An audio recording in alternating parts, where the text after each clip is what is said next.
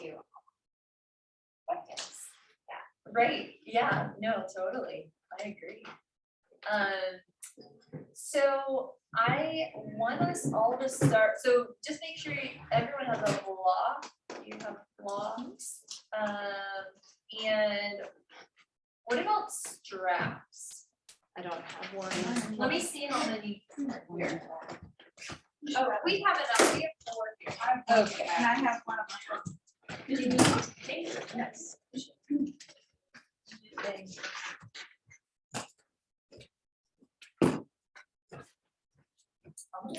Let me pause this, because I wanna go to the bathroom really quick, Oh, I okay. forgot to. Wait, how do I? There's just a little pause button next to the stop. Oh, there it is. Yeah, there you go. Okay, so let's do, I want you to come into Crocodile, whether you use support like I had you do or not, it's up to you. Now you know that version or a more supported version. But get settled in Crocodile and just allow yourselves to make any adjustments you need to. Spread out through the front of the pelvis. Settling into the support of the floor.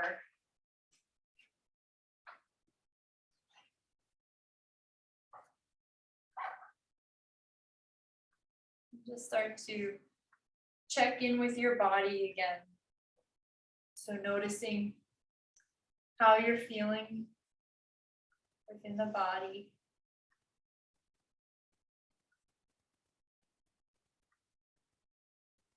Start to tune in with your breath. Deepening the breath if the breath was shallower, so breathing down into the upper belly, the lower belly.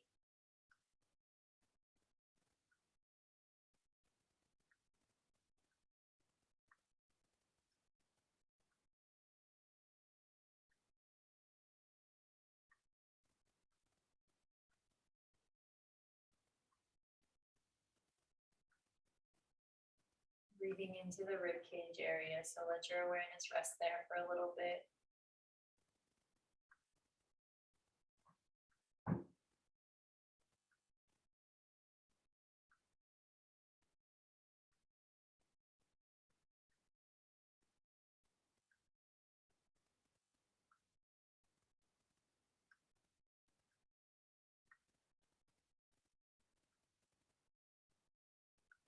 Wrapping your awareness around to the back of the pelvis, the tailbone area, and breathing into that space.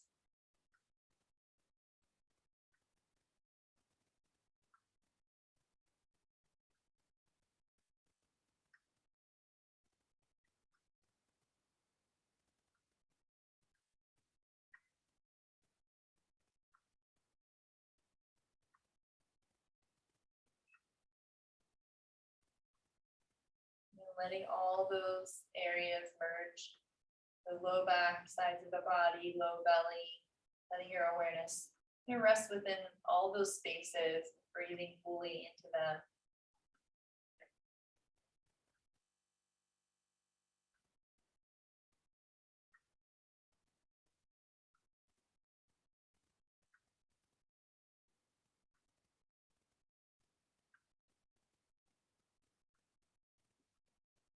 And then bring your awareness from the low belly breathing to the base of your pelvis. So I want you to just bring your awareness to the base of the pelvis, keeping your legs as they are. I want to have you start to practice Mula Bandha, so pelvic floor engagement here, which may seem challenging. You're not going to do anything just yet, but with the legs kind of apart, it's going to add kind of a little bit more of a challenge, but that's part of this. So when I just keep breathing as you are, so deep diaphragmatic breath. And when you breathe deeply into the low belly diaphragm, you're also breathing down into the pelvic floor diaphragm. So that's why it's really important on the inhale to relax down into the belly, but also we're relaxing down into the pelvic floor area, pelvic floor diaphragm.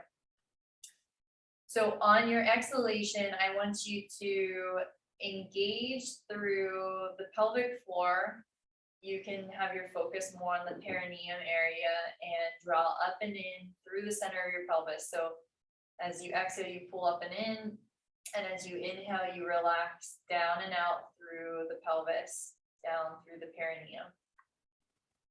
So if you're more of a visual person or you like to kind of visualize things, you can imagine a string gently kind of being pulled from the base of the perineum all the way up and in, kind of gently through the center of your pelvis as you exhale. And then as you inhale, you're gently letting that string not go completely, but you're releasing it so the perineum relaxes.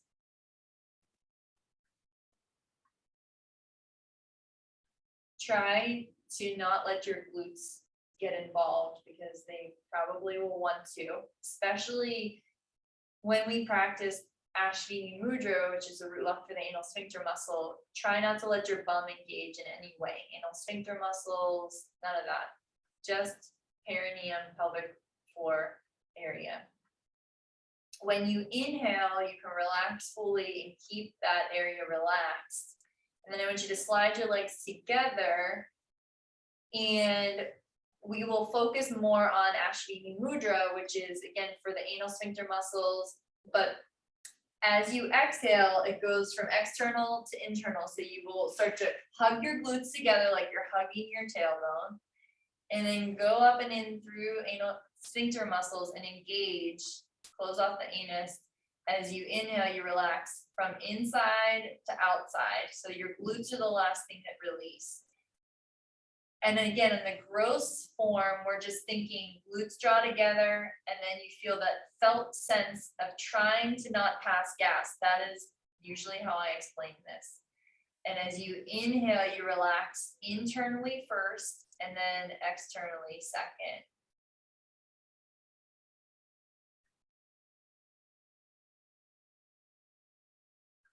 So continue to engage and release at your own pace. Trying not to hold the breath. Trying to let the breath continue to stay smooth and relaxed. And without that pause to it. When you take your next exhalation, I want you to hold the engagement. So again, think anal sphincter muscles. We're pulling up along the spine. You can even kind of imagine you're drawing the energy along your spine and you're breathing deeply into your belly. And you're trying to pull your energy or your awareness away from the perineum as best as you can, which this is the challenging part, but just practice, just try your best. As we're pulling back more to the anal sphincter muscle and trying to get your awareness away from the perineum. Take one more breath here. And then relax from inside out. You can bend your knees, bring your feet up towards the ceiling and swish the feet back and forth, kind of like windshield wipers.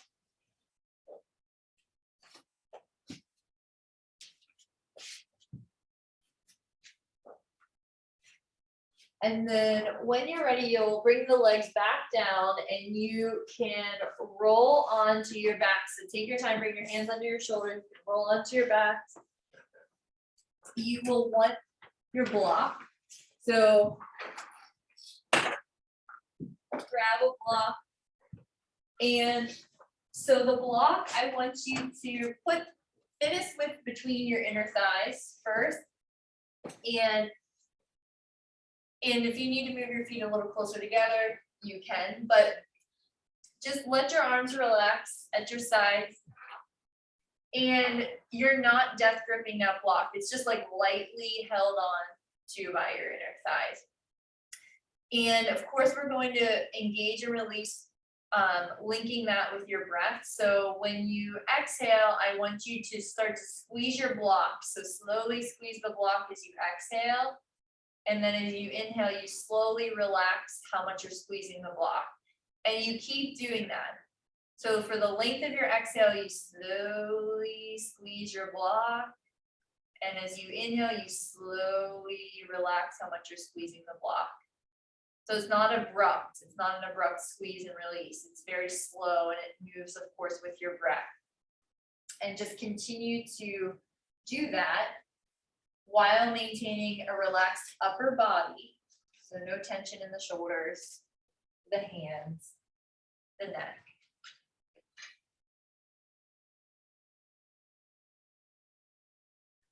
When you inhale this next time, relax completely and stay relaxed.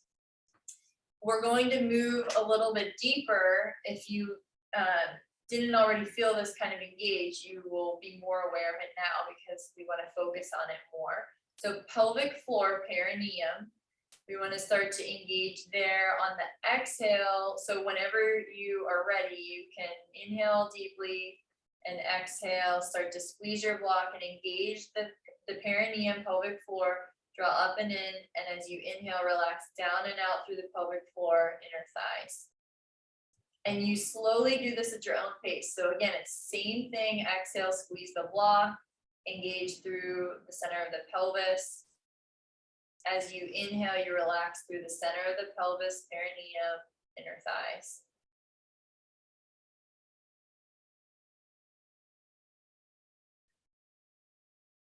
You'll do this 3 more times. Keep moving at your own pace of breath and don't do this fast. Take your time and really slow things down.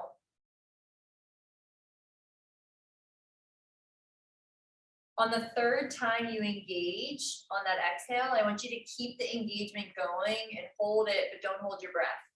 So you will be locked and loaded through your inner thighs.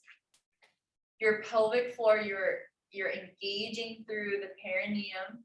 You're pulling up and in through the pelvic floor diaphragm. You're drawing in through, even maybe you feel it behind your navel center a little bit, pulling up and in there. Upper body still relaxed, throat center is still relaxed. So our throat center is deeply connected to our pelvic floor. So relax there, your jaw, relax it. Take 1 more deep breath. And then relax down through the pelvic floor, inner thighs. You can take your block out and just put it to your side, bring your feet a little wider, arms wide or wider, and just drop the knees from side to side. So back and forth.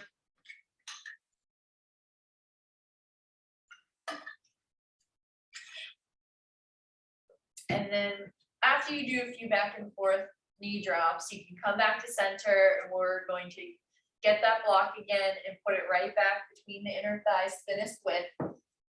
So this time you are going to just keep adding to what we are starting. So we're laying the foundation and we're building from the foundation, literally from the pelvic floor up. So, and we're even starting down into the inner thighs. So that's really foundation there too. So the next thing is pelvic tilt we're going to add into this. So I just want you to do pelvic tilt right now without worrying about your root block, inner thigh squeeze. So I just want you to exhale, flatten your back to the floor. Inhale, relax your low back away from the floor. And just continue to do the pelvic tilt. Get like comfortable with your pelvic tilt before I guide you into anything else. And you may start to, on your exhale, squeeze your block as you flatten your back. And as you inhale, you relax the back away from the floor and you relax how much you squeeze your block. So I'll be recorder voice, just kind of guiding you through, and whenever you want to start this, you can start it. But next exhale, you'll squeeze your block, engage the perineum, draw your low belly in as you flatten your back to the floor. And as you inhale, relax your low belly, perineum, inner thighs. And you keep doing that. Every exhale, engage inner thighs, perineum, low belly as your back flattens. As you inhale, relax your low belly, perineum, pelvic floor, and inner thighs. So notice, where are you gripping maybe in your body that you don't need to be gripping? Again, remember throat center, your jaw, your mouth, deeply connected to the root of the body. When we hold tension even up there, we want to relax. Shoulders, let them drop down, let your toes relax, don't curl the toes or scrunch the toes. And if it's helpful, you can also bring a hand or hands to your low belly, upper belly, like we did with diaphragmatic breathing. And when you inhale, you relax again, breathe into your upper hand and down into your lower hand. And then as you exhale, you will squeeze your block, engage pelvic floor, and squeeze the low belly under your lower hand. You're gonna feel your stomach engage. If you find that helpful, do it. If you don't want to do it, again, totally fine. It's just an option. As you keep doing this, I want you to, on the end of the exhale, engage your upper belly. So we're not just engaging low belly, but you move to the upper belly, upper hand, and squeeze in. And as you inhale, relax your upper belly, low belly, perineum, inner thighs. And we keep moving. Same with the breath. The breath is smooth. Our movement is smooth. And without pause. If your bum is getting involved, try to relax it. The next time you are all engaged, I want us to hold here. I want you to hold here and breathe, of course. Focus at your inner thighs, and I want you to squeeze the block a little deeper without squeezing your glutes. Engaging through your pelvic floor a little bit more, just hone in there. Low belly, upper belly, really drawing in. Breath is still deep. It's possible to breathe diaphragmatically and draw in the low belly. Take one more breath. And then as you inhale, relax everything from top to bottom. Take the block out. That was a lot. Put it to the side. Draw your legs in. Grab your knees. So you can grab the knees. You can open the legs wider as you inhale and bring them together as you exhale. So staying with that theme of moving, or I guess I didn't say this, but the theme of moving with your breath. We want to link our breath and our movement together. So inhale, we bring the legs wide. Exhale, we bring them towards one another. And you can reverse the circles that you make with the knees. Just let your low back really spread here. Again, this will tie into what we're doing later with the low back, strengthening and stabilizing. So we're trying to open up there as well. And then when you draw your legs back together, keep your left leg drawn in and straighten your right leg to the floor. So once you straighten the right leg to the floor, flex both feet here. Really let yourself ground through the back of the pelvis. And I want you to just hold onto your left knee or shin with the left hand and open that leg. Keep the knee bent, but open the leg out to the left wherever it can go and reach your right arm overhead. So you're going to reach overhead. Right palm is facing in towards the center line of the body. And both the back of your pelvis is on the floor. Your bum isn't lifting on that right side. So our feet are flexed. I want you to engage through pelvic floor, so perineum. You can engage a root lock through Ashwini Mudra here. And low belly squeeze. So stay connected to your breath as you hold. Try not to tense your neck up. Take one more deep breath. Relax through the root of the body, your core. Bring the left leg back to center and down to the floor, arm down to the floor. So right leg, give it a squeeze with both hands. So we're hugging the right shin. Our feet, we start to flex them. Really feel grounded through the back of your pelvis. So with the right hand, we pull the right leg out to the right gently, keep the knee bent. Left arm, we reach overhead. Palm is turned in towards the center line of the body. And you want to start to go down to the root of the body. So perineum, and you are engaging Ashwini Mudra, and you draw the low belly in, and your breath is deep. Chin is drawing towards the collarbone. So feel as though someone's pulling at your left ankle and your right, or left ankle, left wrist and pulling in opposite direction. So you're getting a little bit more of a stretch on the left side. Yeah, so take one more deep breath here. We're really active through the body, and then we relax and come back to center. Let everything relax. Bring your feet to the floor with the knees bent. And I want you to bring your arms wide again, just wider, and feet are wider than hips distance apart. And you're just dropping just a few times, just back and forth. You don't have to try to force your legs, or I don't want you to force the legs to the floor. And then as you inhale to center, you can grab your block, put the block fist width between your knees, and bring your feet off the floor, thighs in towards your stomach. So arms can be just out at your side. They don't have to be super wide. Palms face up just allows your shoulders to open up more. So squeeze your low belly. We want to keep our back flat into the floor. And I want you to imagine you're going to trace the face of a clock on the ceiling. So engage through perineum, low belly squeeze as you squeeze the block. And we're starting at 12 with where our knees are, but we're going to inhale over to 3 o'clock and down to 6 o'clock, and then exhale over to 9 o'clock and up to 12. So it's inhale away from my chest, exhale towards my chest, and you're just circling around. These circles aren't big because we want to keep the back flat into the floor. But we want to maintain that root lock. So perineum, low belly squeeze, inner thighs are really engaged. Your throat center, try to relax it because it will probably start to get tense.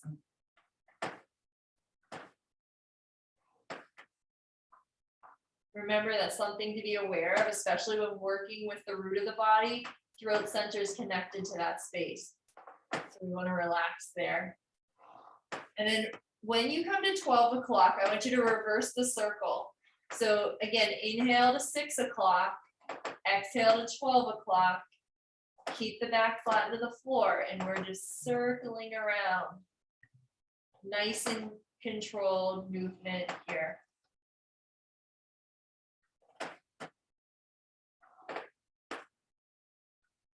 If your pelvic floor, if you lost it, go back to that space and re-engage. So I don't expect you to hold one long hold, even though I didn't explicitly say that until now. You can relax it when it starts to fade and then re-engage again.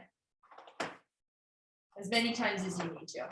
When you come back to 12 o'clock, you're done. Take the block out, bring your feet down. Let your knees TP together so they collapse together, feet are wide. Hands, one on your low belly, one on your upper belly. Soften all the way down through your stomach, your pelvic floor, your inner thighs. This position in particular really lets your inner thighs, pelvic floor really just relax here.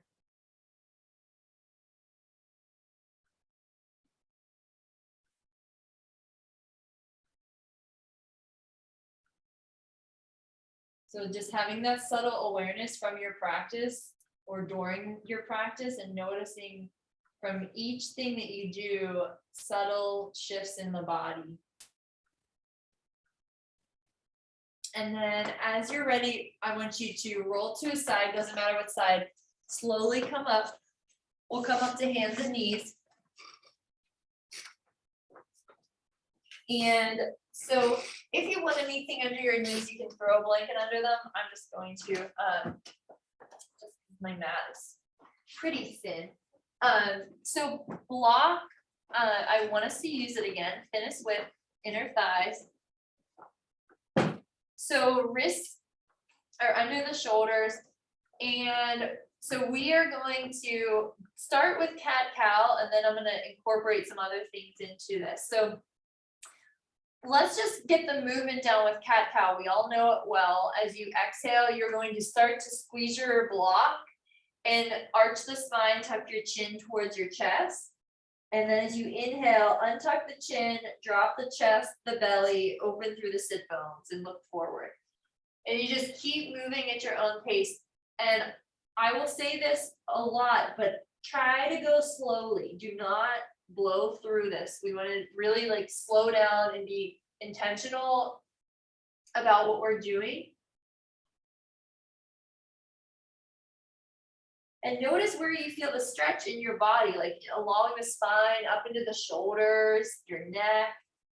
When you arch through the spine.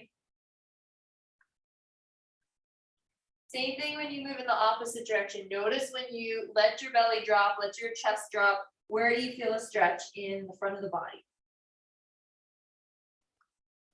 So as we keep moving, on the exhale, you keep squeezing the block, but we're going to go into the pelvic floor. So you're going to engage perineum, draw the low belly in.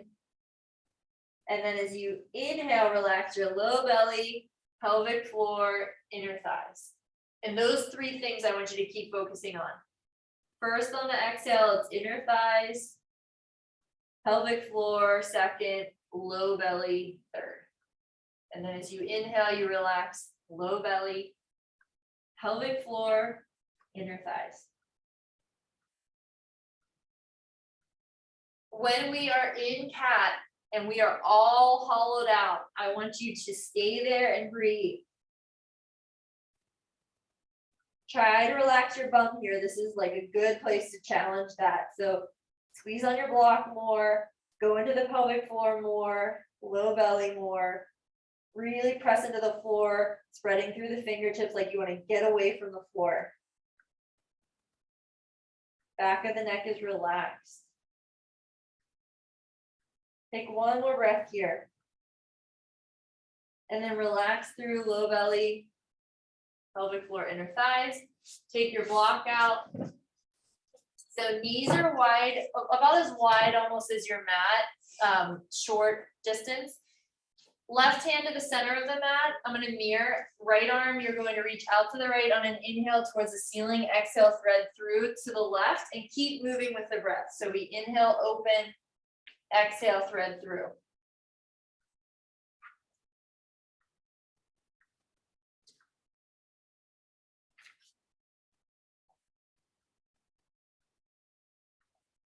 When you thread your arm through, I'm going to add something here. So when you thread your arm through on the exhale, I want you to engage your obliques on the right side. So you are going to squeeze your side body. So as you exhale, squeeze, inhale, relax, and fill. Specifically, if you're looking kind of like where exactly oblique wise, from your lower ribs down to your hip bone, you want to squeeze that space like there's a sponge there, and you were just gently wringing it out, and then you're letting it go back into its natural form as you inhale. Try not to squeeze your neck out. It's so easy to like get tensed in the neck. So try to relax there. So when you drop that or thread your right arm through, drop the right shoulder down to the floor, head to the floor. Left hand you can extend beyond the crown of the head. And you can spread through the left fingertips. Really let yourself settle in this position.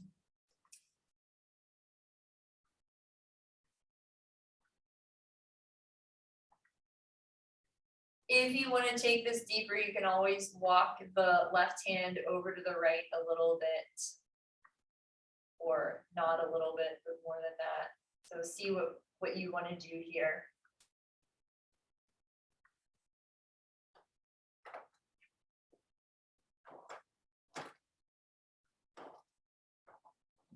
And then slowly walk the left hand in front of the face and you'll press up to all fours. And then right hand to the center of the mat. You will inhale, left arm up towards the ceiling, exhale, thread through, and keep moving at your own pace here.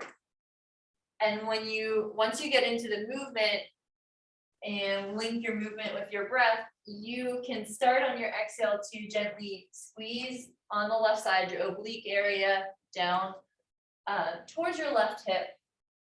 And then as you inhale, gently relax.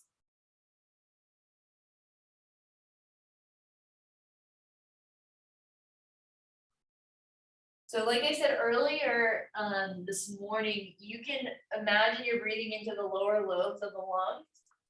but especially that left one.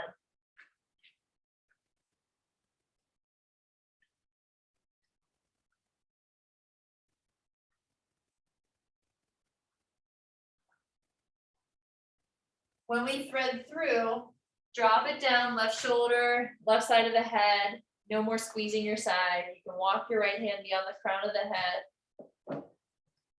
So hips can always shift back a little bit if there feels like there's any pressure in your shoulder or your neck, but you can control that also by pressing your right hand into the floor more and kind of pressing back. Again, another option, walking the hand over to the left a little bit more.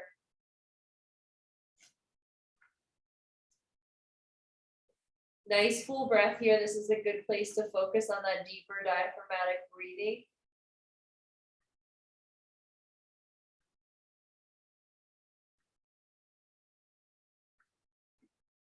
And then right hand in front of the face, slowly press back to all fours. Knees are close together, wrists are under the shoulders. So the right leg, I want you to extend back again on the mirror. So flex the, or not mirror, I'm sorry, I'm doing opposite. So right leg, you're extending back, toes are pointing down, so you can always look down underneath the torso towards your right toes, just make sure they are pointing down.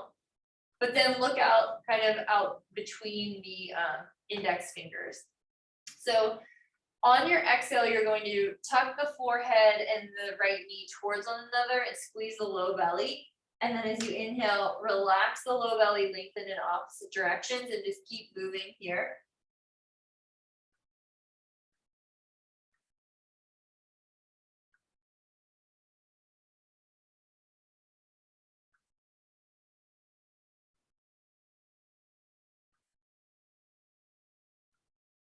As you lengthen through the right leg, we'll stay there. Again, check in, make sure the toes are pointing down. And then optional, so option one would be to walk the left fingers out like spider, and you're just on light on your left fingertips. The arm is straight. The other option would be to lift your hand off of the floor, palm turns inward towards the center line of the body, and you're drawing in through your low belly, and you are engaging through your glutes here. So deep breath here. You can, on the exhale, tap the toes and the part of the hand down to the floor. As you exhale, inhale, lift. You can play around with that, whether you just have your leg lifted or both leg and arm lifted. But low belly stays engaged as you move the arm, the leg.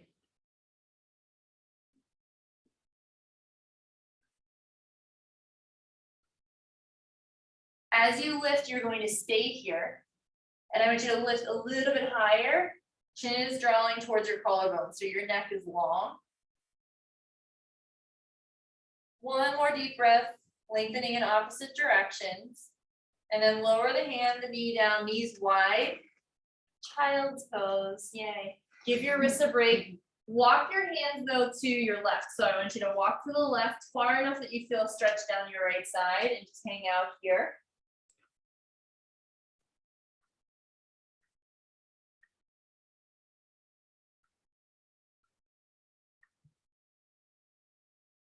So again, get your mind into the lungs, the right side, so that right lung, lower lobes.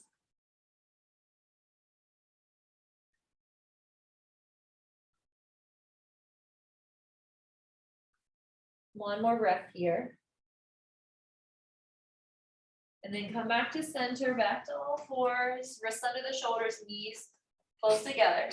So left foot, we bring it back, left leg back, toes are pointing down towards the floor. So we can draw the low belly in here, you can engage your glutes.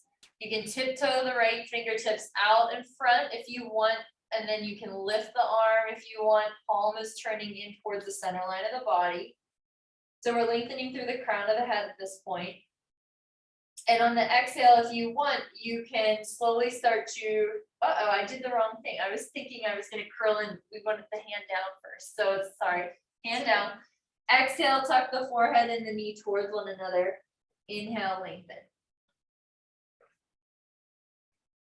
So the low belly squeeze as we exhale, relax it as we inhale.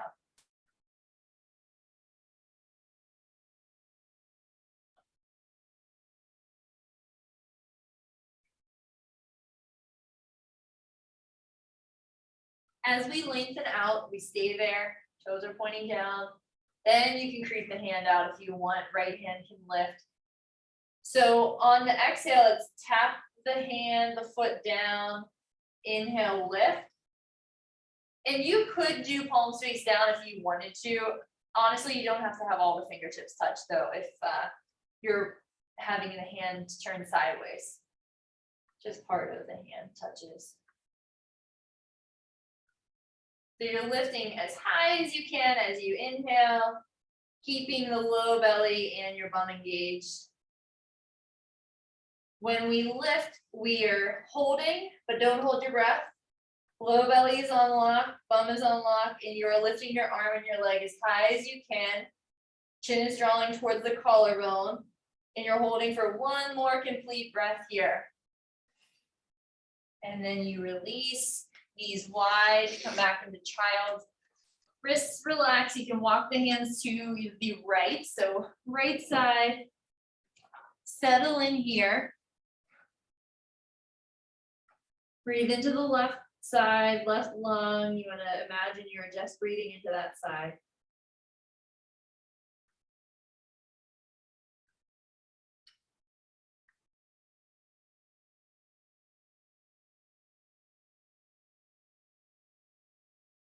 And then we'll come back to center, back to hands and knees. So wrists, we'll start with the wrists under the shoulders. Knees, I want you to have the knees still wider than hips distance apart. And the wrists will walk the hands out about a hand's distance in front of where your fingertips were.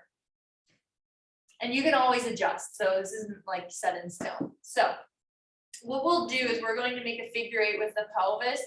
So it's exhale back, inhale forward, and I will do it really slowly to start. So it's exhale towards your right heel. So I'm gonna mirror. So it's exhaling back to the right heel, slide to the left heel. Inhale to the right wrist forward.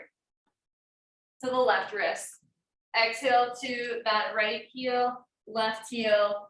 Inhale, right wrist, left wrist. So if you were to close your eyes, you're making a figure eight with your pelvis. Just think of that. I'm tracing a figure eight with my pubic bone. And again, you can always adjust your hands if you feel like you're too far forward with the hands. But we do want space so we can kind of like slither around. So again, it's inhale forward, exhale back, and I'm going to add to this. So when we exhale back and we shift our hips to the left, I want you to squeeze your obliques on the right side. So when you shift to the left and you're all wrung out, squeeze your right side, your obliques. And then as you inhale, come forward and relax towards that right wrist, left wrist. Exhale towards your right heel. When you go to the left, you squeeze your obliques on the right side, scoop up and in, and then inhale forward to the right wrist, left wrist, and keep moving. If it doesn't make sense, just let me know and I will come over to you and explain more. It's not making sense for me, I have to admit. That's okay, I want you to admit. My figure eight is all out of whack because I'm trying. Can I touch your Yeah. low back? Yeah. Okay, so you're going to exhale to the right. Keep exhaling to the left and squeeze this side. Yep, Right. and then inhale to the right, left. Exhale to the left, or right heel, I'm sorry, I keep screwing up. And then exhale, squeeze here. Okay. Yeah. I got it. Yeah. Thank you. So I know I want you to come back to center because you all have been doing that for like ever now. So come back. You're all wrung out. So you can either do, if you want to do hero's pose and be upright and just kind of notice and check in that way, or you can do child's pose, of course. And again, I just want you to be aware of just sensations through the body, but especially the areas that you're working that you're like really focusing in on. side of the body in your core. And then, how was that before we do the other side? Was it anyone else confused or? It took me a while to get the figure 8, and I don't know if, but understand I understood the squeezing of, because I've done that before, but never with the figure 8.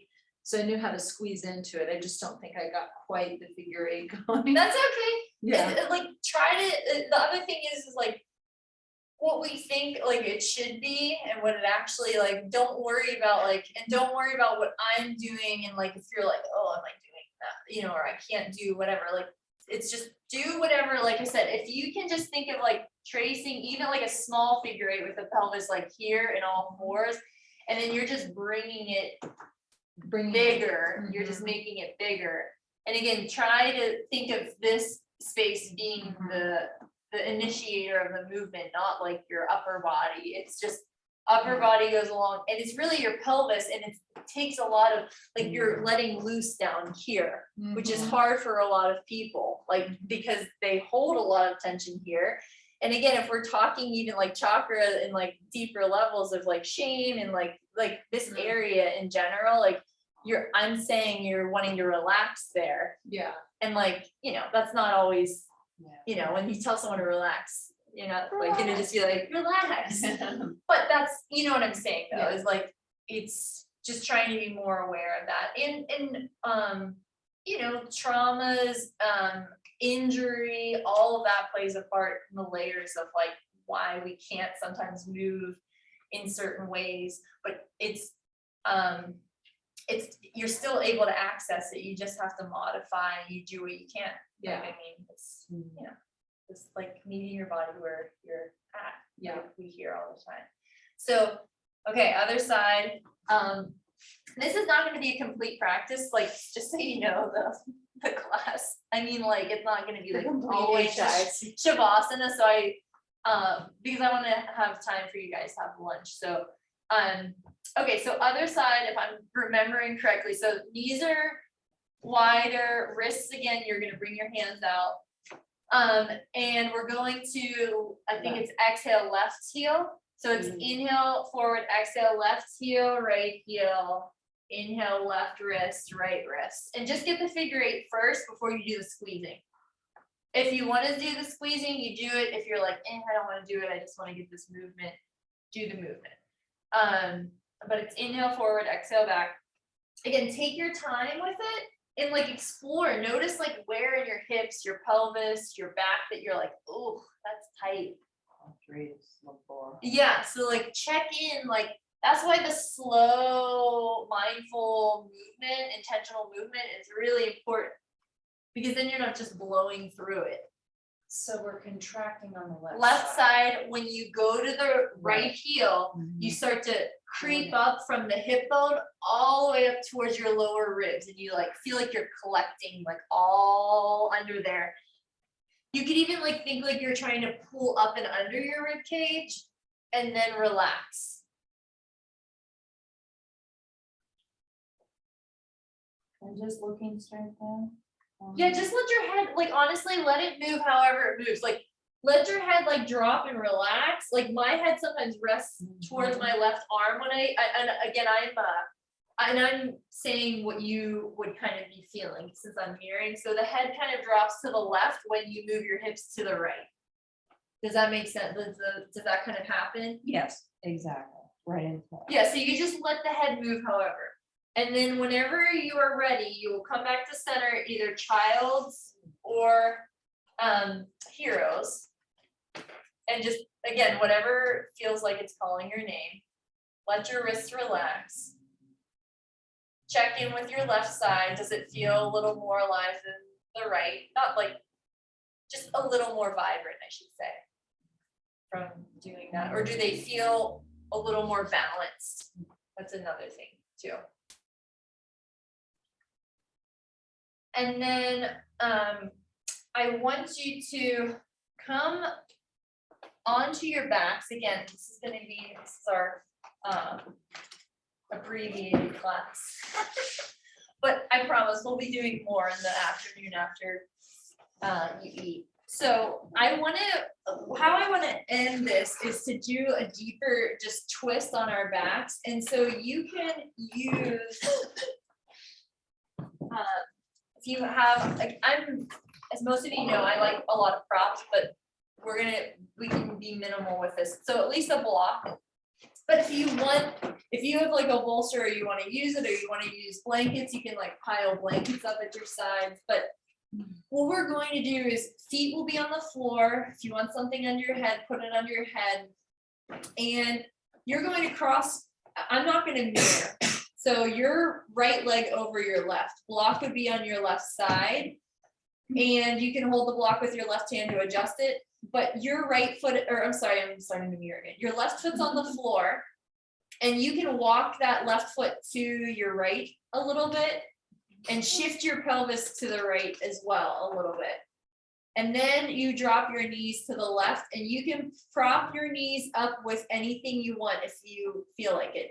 The main thing we're looking for here is no pain or strain in your back, your low back. If you feel discomfort in your back, you want to prop your legs up with something higher. And I want you to bend your left hand and bring it to like your stomach or your waist. And then bend the left elbow and see if you can place your hand on your sacrum with your fingertips down towards your tailbone. And I'm gonna come Wait, over. that was two left Yes, hands. like you're cradling your, yes, exactly. Right hand, not left. So right hand, did I say the wrong thing? Sorry. Yeah, so just the, like you're holding your tailbone, sacrum, back of the pelvis with your right hand. Yes. Yes. I know it's a little awkward, like, so it's like kind of however you can get your hand there and, yeah. Anyone's shoulder, I want you to be honest, anyone's right shoulder, does it feel uncomfortable holding like this? Little bit, awkward because the shoulders. What about if we, like, I'm sorry, my hands are so cold. Does that make it any better or no? Oh, that's worse, I think. Yeah, no, that's good. Tell me. This is okay. It's fine. Is that a QL strap? Is that designed for? I mean, it does connect. Yeah, it's It's really really good. to, yeah. I like this. Thank you. So the main thing here is I just want you to try to relax and breathe into your hand. So the reason why that right hand and left hand. So left hand on the stomach kind of area, you're breathing into that. But the right hand on the back of the pelvis area, we want to breathe into that space. So again, this is an area that we tend to hold a lot and sometimes have lower back pain or back issues. So breathe into that space like we did earlier in crocodile. Feeling held by both hands. So again, that feeling, we want to take that from our hands being placed where they are. So softening into the touch of the hands.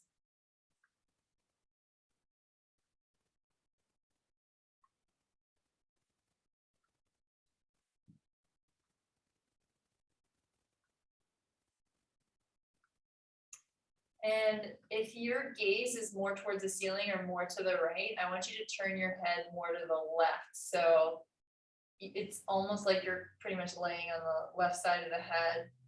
And as best as you can. And I want you to imagine you're just breathing in and out through the right nostril. So just let that be your sole focus. Even though you're breathing through both, imagine you're just breathing through the right nostril. And you're breathing down into your right side body and your right hand.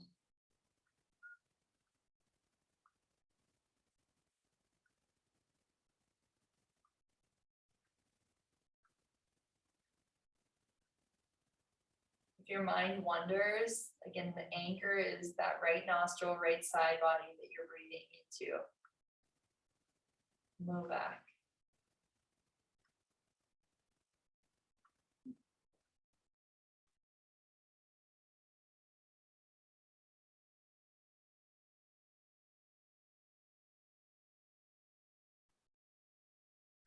Last breath here.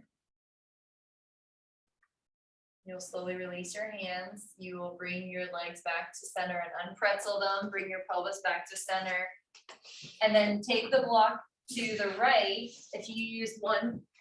And so it's left leg over the right. And you could really, I sometimes start shifting the hips first to the left and then walking that right foot to the left. And then dropping your knees to your right, wherever works for you. So we don't want to feel strained. Again, it should feel comfortable. And then the right hand can rest somewhere on your stomach area, side body area. The left hand is on the low back. Again, you could do palm in or out, or kind of however works for your shoulder. But we do want to feel held again within that space. So you're holding on to that area. You can start off with your gaze more to your left or more towards the ceiling, but we want to start eventually to turn the head and look to your right. And start to bring your awareness into your left nostril, no matter how closed off it may feel. We're visualizing and really trying to connect to what touch we can within the left nostril. And trying to focus on the cooling and warming touch of the breath in the left nostril. Breathing down into our left side body, down into our hands. And feeling deeply held by the support of our hands. And also by the support of the floor and the block if you're using one.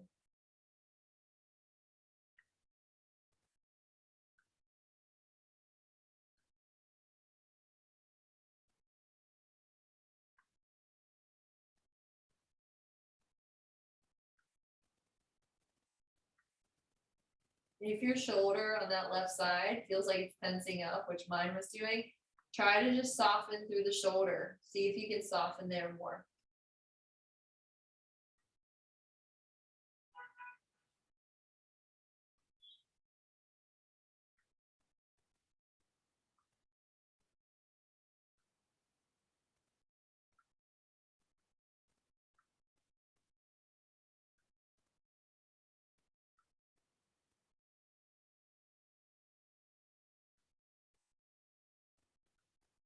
And whenever you're ready, you can move the hands away and slowly roll back to center. Take your time because that's important, of course. Unpretzel the legs. You can let your knees TP together once you recenter your pelvis. You can let your hands rest on your low belly, upper belly. Eyes can be opened or closed or gently open, but tune into just the whole body, but especially the sides of the body that we just had our awareness resting into in our low backs.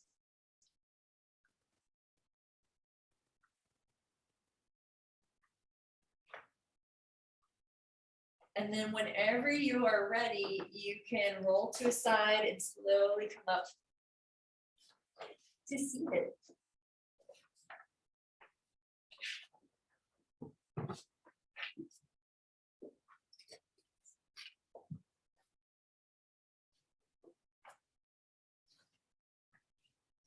We'll bring our hands to our hearts and we'll bow towards our divine light. Namaste. Namaste. Namaste. Wow. Thank you all. Thank you. You're Thanks, Abby. welcome. That's awesome. So again, not a complete class, I know, but that's fine. We're working with the time we have. I promise you'll have a half an hour for your lunch. So yeah, so just 1:45, you can come back. Yeah, 1:45 and yeah, and then we'll do the second half. Thank you. Thank you. Well, yes. Question, was that Ida and Pangolin? Yes, we were working with Ida and Pingala.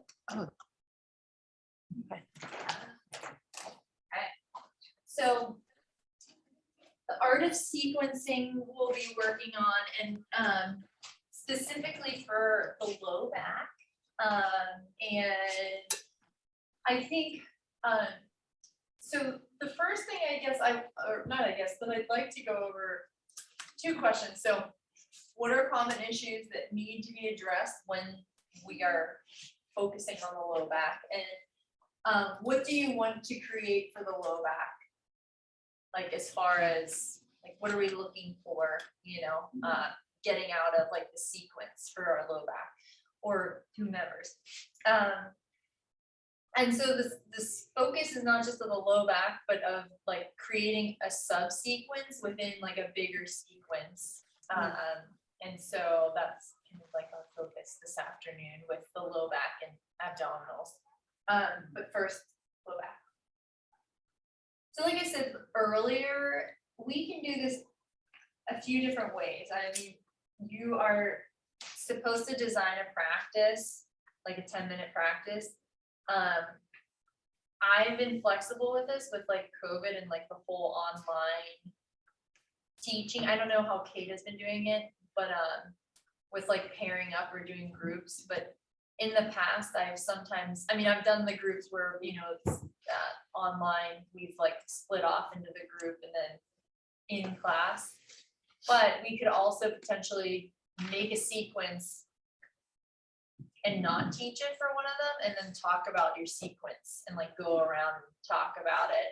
And then like, we can like have a conversation about that. And I know it's like, oh yeah, and then I don't have to teach, but it's still, it's a different way. It's still good to be able to like do that. I think it's just a different, I don't know. I feel like when I've done that in the past, it's been helpful for a lot of students. So I don't know, that's just an idea. We can of course still do that even if I do break you up into groups Okay. or pairs. I mean, thoughts around that? Yes, please. I prefer to do it that way. Which way? Especially today, like I just I don't have the energy to go through and perform several groups worth of sequences.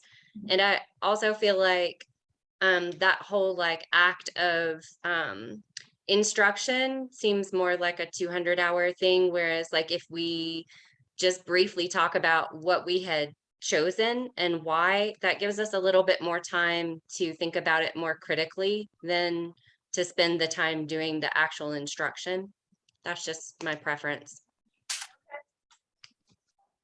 Yeah, I think, yeah, thinking about it critically is good. I mean, I will always say, of course, like, I think teaching it is, I mean, part of that, I think with the 300 or 500-hour training is to refine that too. So I'm a big, like, I don't want to say stickler. I love though, like having everyone go through and me hear you teach, not to, so I can be like, oh, you know, but that's a big part of it though, is like how, like, it's like get rid of the fluff and like say what you want them to do. So that's why I like to like really focus in on that. But of course we will do that, or you do it at certain points.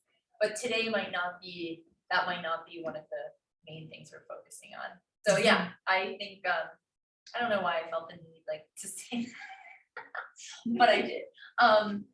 But yeah, no, I think we can do that with the, you know, having a conversation about, you know, the sub, why am I having memory loss? Subsequence. And yeah, You said something about teaching a partner, right? yeah, so the end part, I just wrote up there just again so I can remember, but was for you all to get into pairs, teach a partner, And then that's not as strenuous. and then it's not like everyone's doing it. Cause that can add up like lots of. Oh yeah, no, that is too draining, like when we've done things like that in the past, where it's like, it takes up a lot of time, so that would mean then it's 20 minutes real, I mean, it, say, a half an hour of your time then of 10 minutes of creating it or something, 10 minutes for the one person teaching, and then 10 for the other. So I think we're going to do that for one of them at least, like with maybe well, let's just see, we'll play it by ear, so we'll see like with our conversation where we land time-wise, since we have like 2 hours. And I'll just kind of adjust on the fly. So, So, I mean, what are some common issues that need to be addressed when, like, someone comes to you, or like you have a back issue, a low back?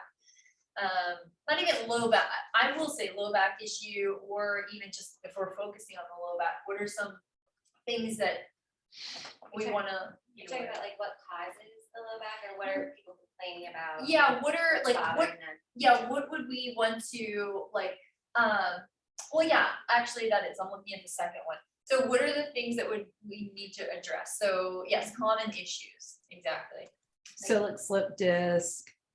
Or it could be just like any, not clear what it is, but just it's painful. Muscular use, versus skeletal. Like Mhm. what words will people use? Like with me, they'll use my back is tight, Yeah, right? And then you get to ask more questions. Okay, Right. So tight, what other Or words? sore. Yes. jacked up. Jacked up. Yeah, Radiating pain down my leg. right. Okay, or Yes. SI joint issues, which Just trouble with are so mobility, common. Mhm. access. Hip replacement that might have been. Right, fused spines, Mhm. Like I said all the time, Spondylosis, driving or osteoporosis. Yeah. scoliosis. Mhm. Yeah. But that could be anywhere on the back, not just below. Right, Mhm. right.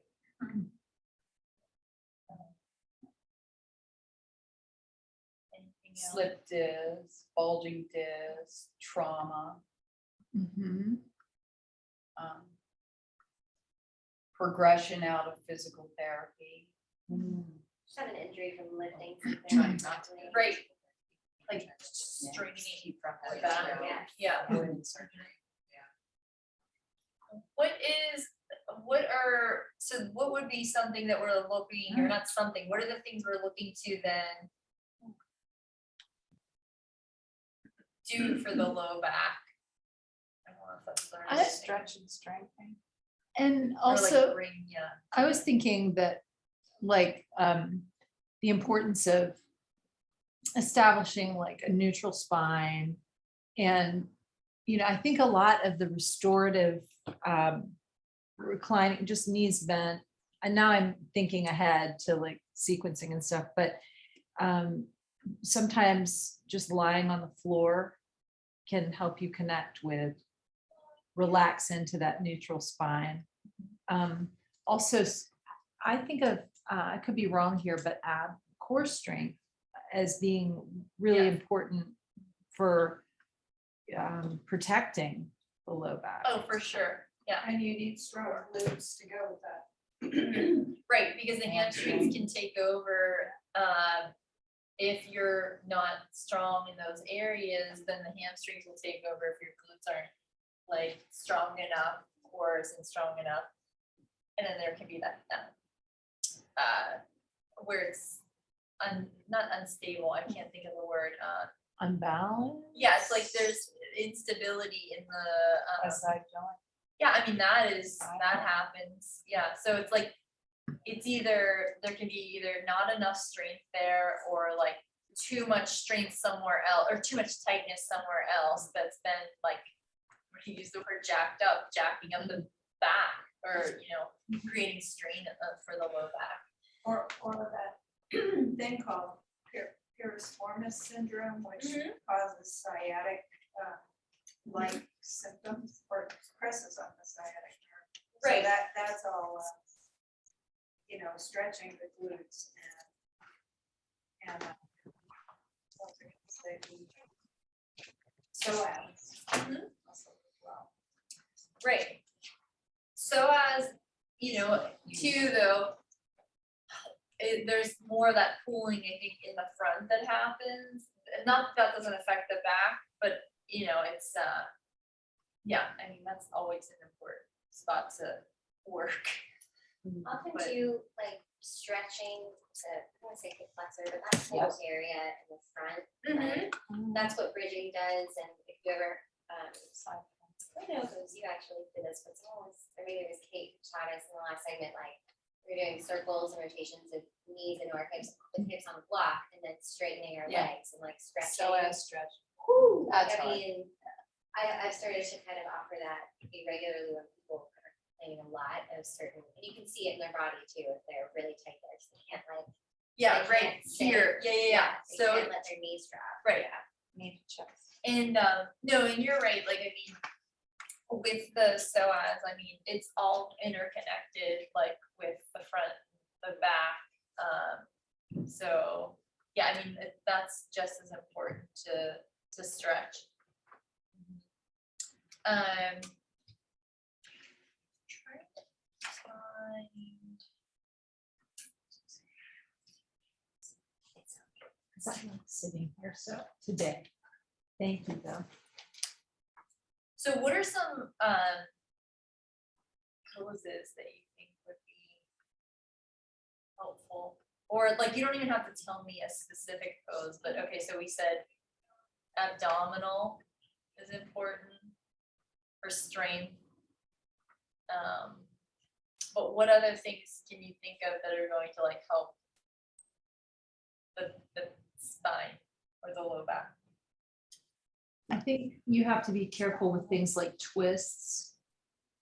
If you're dealing with people with spinal issues, but I mean, for certain people that can be very relieving, you know. Yeah, they're It just needed, depends. right?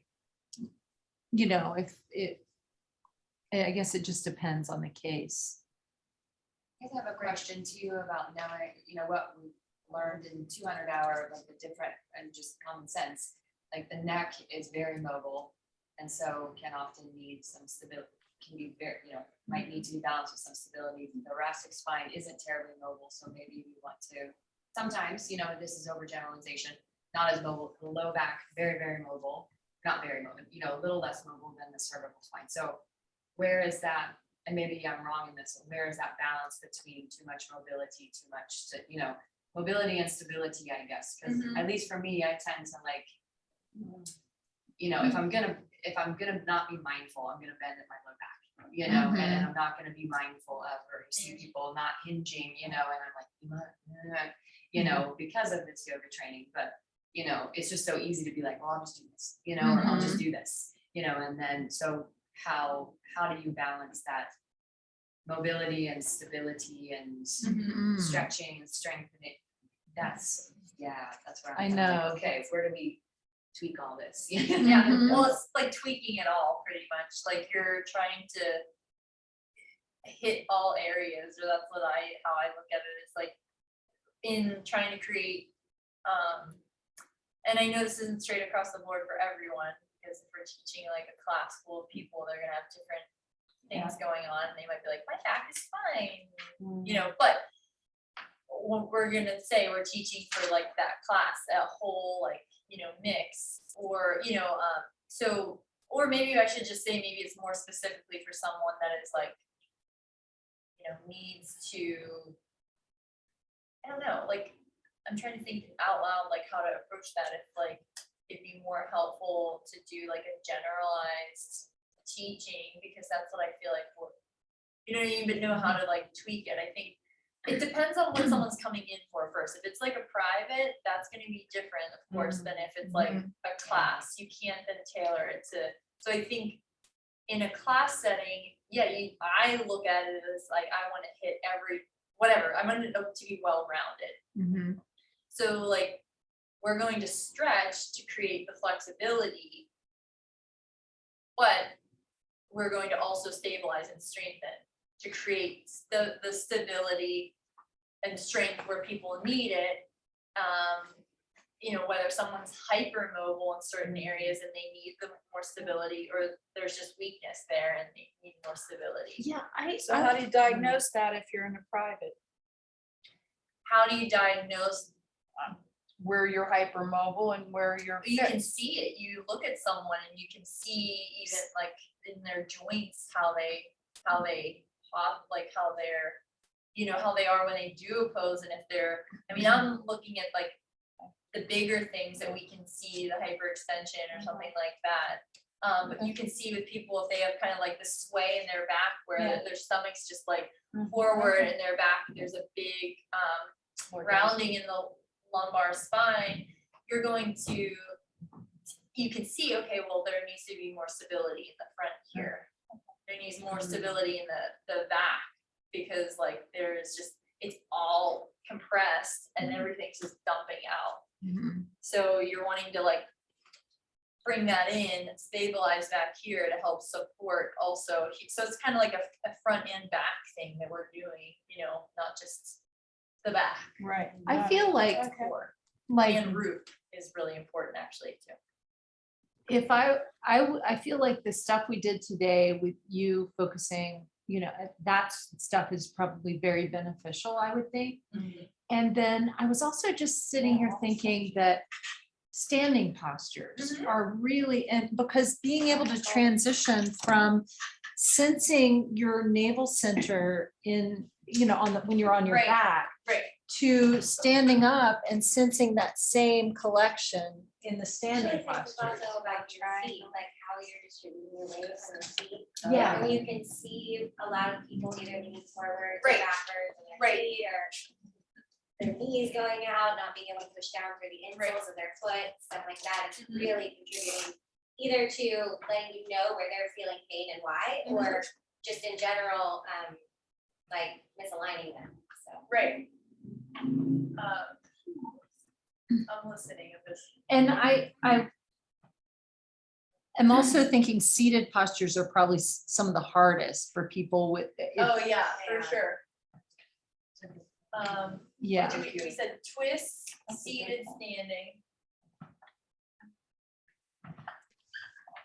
And just like core strengthening, core strength. And what about something like that goddess pose to build up the gluteal Glutes. muscles? We were doing that yesterday and kind of not bouncing, what do you call it? Oh, Pulsing. like pulsing. Yeah. Yeah, I mean, As that long you as you're can, in a good posture. you can, I mean, it's really like as far as when I teach it, like, you mean pulsing like heels up, or you mean like No, this way? Yeah, up and down with your. Yeah, I mean, if, this is of course good with keeping, focusing on lengthening, but this thing here you wanna watch is like not dumping through or like Yeah, trying to like get down so low, and this is just kind of like pouring out. So we're trying to that's maybe. do Contain. pelvic tilt, like, Yeah. contain through maybe pelvis, low belly, and keep that stable when you're moving down and up, and you're keeping your spine long, so you're not, it's like you're kind of sliding your back against the wall, even though you're not. But I will tend to say that to students that tend to like go like this and dip their chest forward. Yeah. But yeah, that could work. The other would be, there's one more that would be.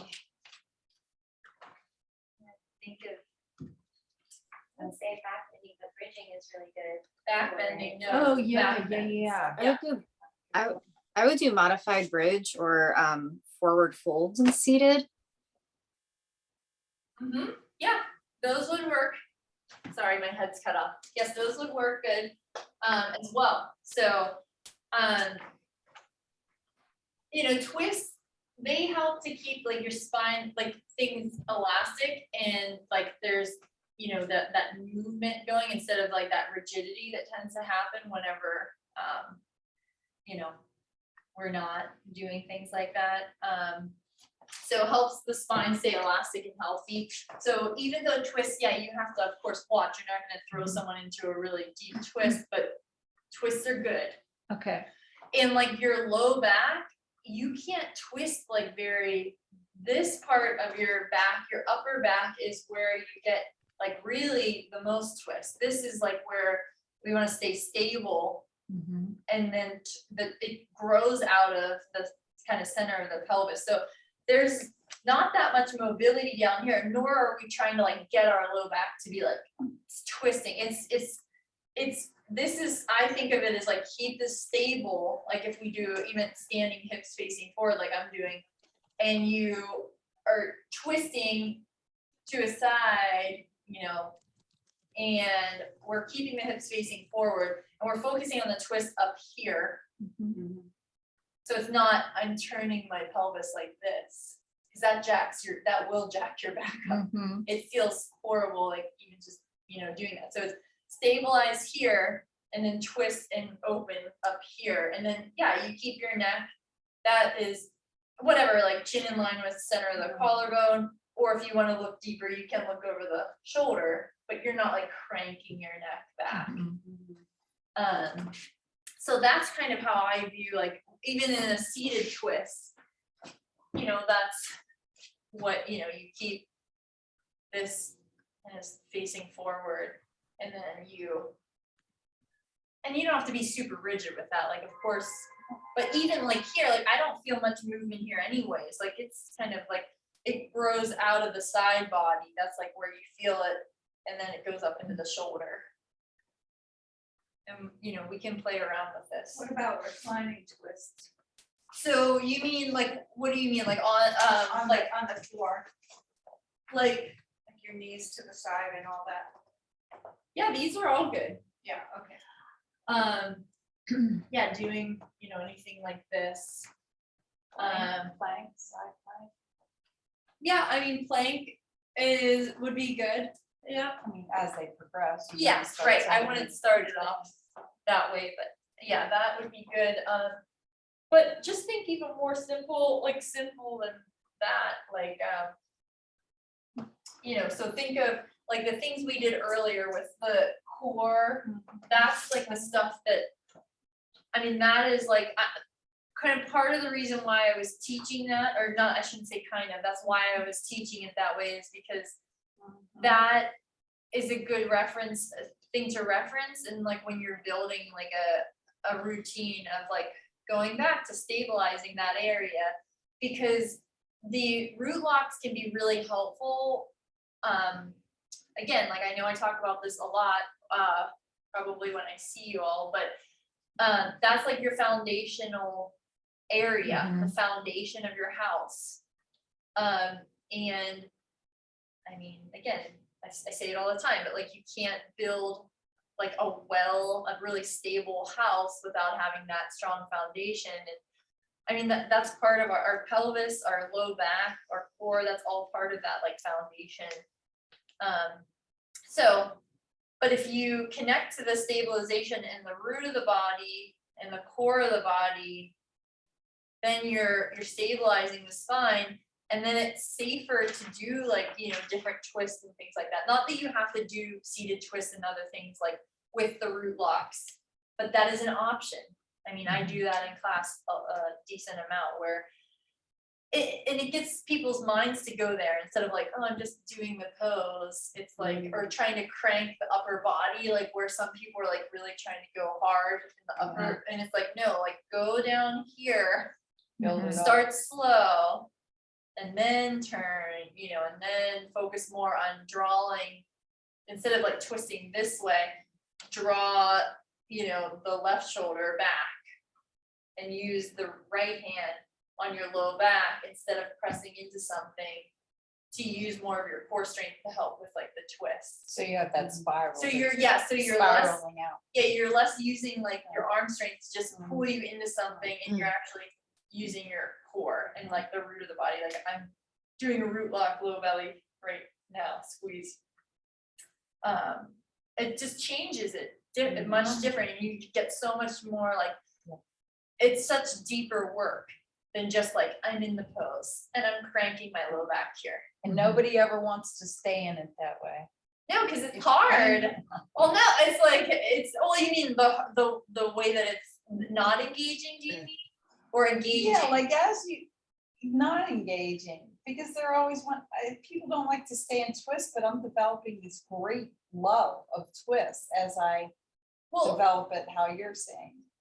Right, and like, well, and there's all different reasons Energetic. why people don't want to stay in a twist, like they may be like, I feel, really confined in twists, and like, I can't breathe, so they have to focus more on their breath, and sometimes like, again, how long their torso is, or limbs, like, and they feel more scrunched, they have to, it's gonna be different for each one of us, of course, like how we experience the pose. So yeah, it might be like, oh, I love this, and I teach this all the time, and then you know, someone in my class is like, oh my gosh, I can't stand this.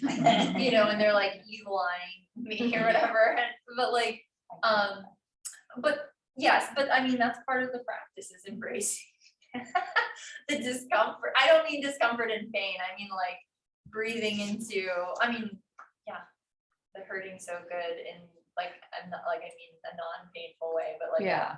I'm expanding and strengthening. Yeah, I don't know where I was going with that. I went on a tangent there. I have a question. Sure.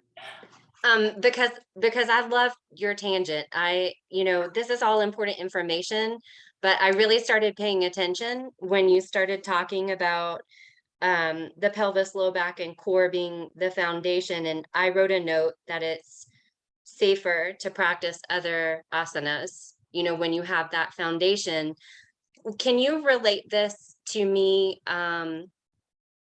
What is the benefit then, right, to our breathing practice and to our mental focus, and even like to our emotional body when we have taken advantage of these asana practices to build that strength? Then what happens? Can you tell me about that? Sure, well, it's a sense, I mean, everything you just said, it's building then, you're building more of a sense, like a home, a resting place, like it's gonna feel more, you're able to relax within yourself because you built this like container, strong container and support system where you aren't struggling to then be in the seated posture, like maybe it was harder, I don't know, earlier on in a practice where it's like, oh, I was so tight or I was so weak here. And of course, like with everyone's body being different, like, yes, you have to use the props that are needed to make us, whomever, feel comfortable. It's not like, oh, just because I'm seated like this, doesn't mean that's the way I think you all should be seated in your posture, like, or anyone else. Like, you may have like a throne of blankets, which I do in class with client or students and in privates.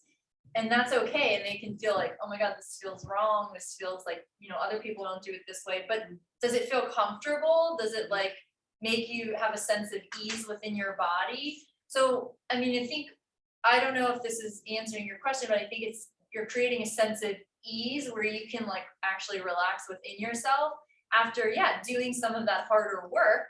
It's just like, even in Shavasana, like after a really vigorous class or a class that you really worked and you're just like, you can like let go. Like, I think then that's what we're looking for. I mean, in Shavasana and in like meditation where you do feel strong, but like, it's not a struggle to like keep yourself upright. It's like, and if upright isn't the right thing, then you found another position that works for you. Maybe it's laying down or something. But again, it doesn't have to be the traditional, I want to meditate, I want to be seated. That might not work for someone. And like, that's why I try to like tell people to try to get rid of the idea of what you think you need to be, like the pose you need to be in, and like just surrender to like letting it be, like accepting of like, this is where I'm at and this is what makes me feel comfortable. And instead of trying to fit yourself into a mold that like, you think you should be in. I know that was whole nother tangent that you didn't ask for. But I go on tangents. I'm not gonna apologize. It's me. I love them. Did that kind of answer your question with like the seated, like you're trying to be more like a sense of ease within yourself, Nikki? Yeah, it did. And I'm just glad that you reiterated it, without adding like any additional technical, although that was kind of what I was looking for. I'm glad that you didn't do that, because that's foundational and it's fundamental. And I just personally sometimes can overcomplicate things. And I think it's just simple. It's just about building capacity so that the direction we're going with these practices is more easily accessed. Right, it's more to be able to receive instead of like, it's like, I think a lot of people have in their mind like a do, I have to push, I have to do more. And it's like, no, like in certain things, like, I mean, that we're doing in yoga, we're like, it's like trying to be in it, just be and not do. So it's like the striving that a lot of people get into, like, I need to, I don't know what I'm trying to say, but like, yeah, the striving, we're trying to just like, not push. It's like a balance of like, I challenge myself, but I'm also finding ease. So it's like effort and ease is like what you're looking for in your practice is you have the effort there, but you're also trying to find ease in the effort you're. Yeah, right, exactly. It's like, let's get moved around. Yeah, no, It's like, who's here? That's cool. Sorry, I was distracted. Yeah, But yeah, the effort and ease, and yeah, I mean, spinal alignment, of course, is important for breathing, all that, and like if we can take, strain out of the low back, that may allow someone to breathe deeper into that space or, feel more supported and be able to breathe fuller. And also, be able to do different postures that they weren't able to access as well or at all before. Yeah, I mean, I was So- just thinking even, because I'm not saying everyone's low back issue is related to slumping, but when you are back like this, your chest caves forward, your head sticks out, and you're breathing right here probably. And, I don't know, I was just thinking about that.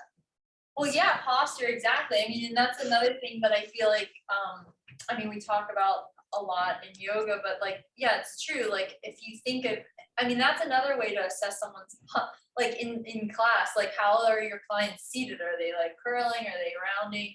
And just think like, what is that doing when your, shoulders are that way? It's like closing off, Mhm. and then it's harder to breathe down here.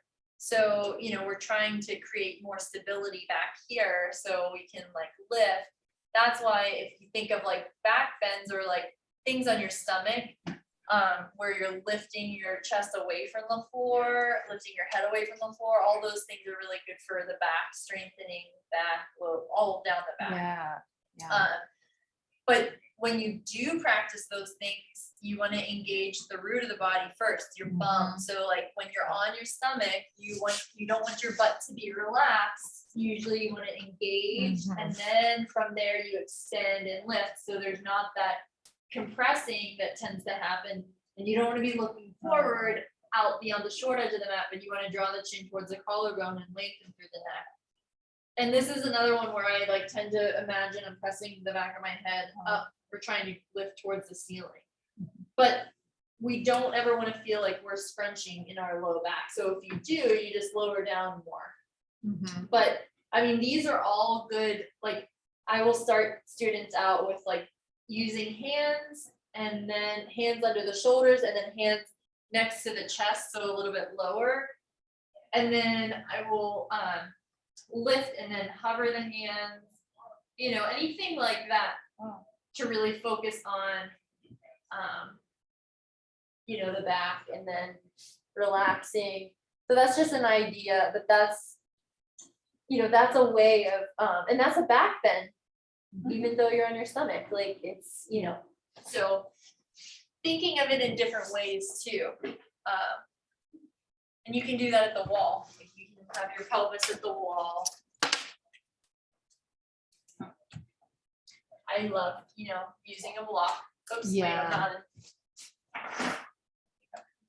So.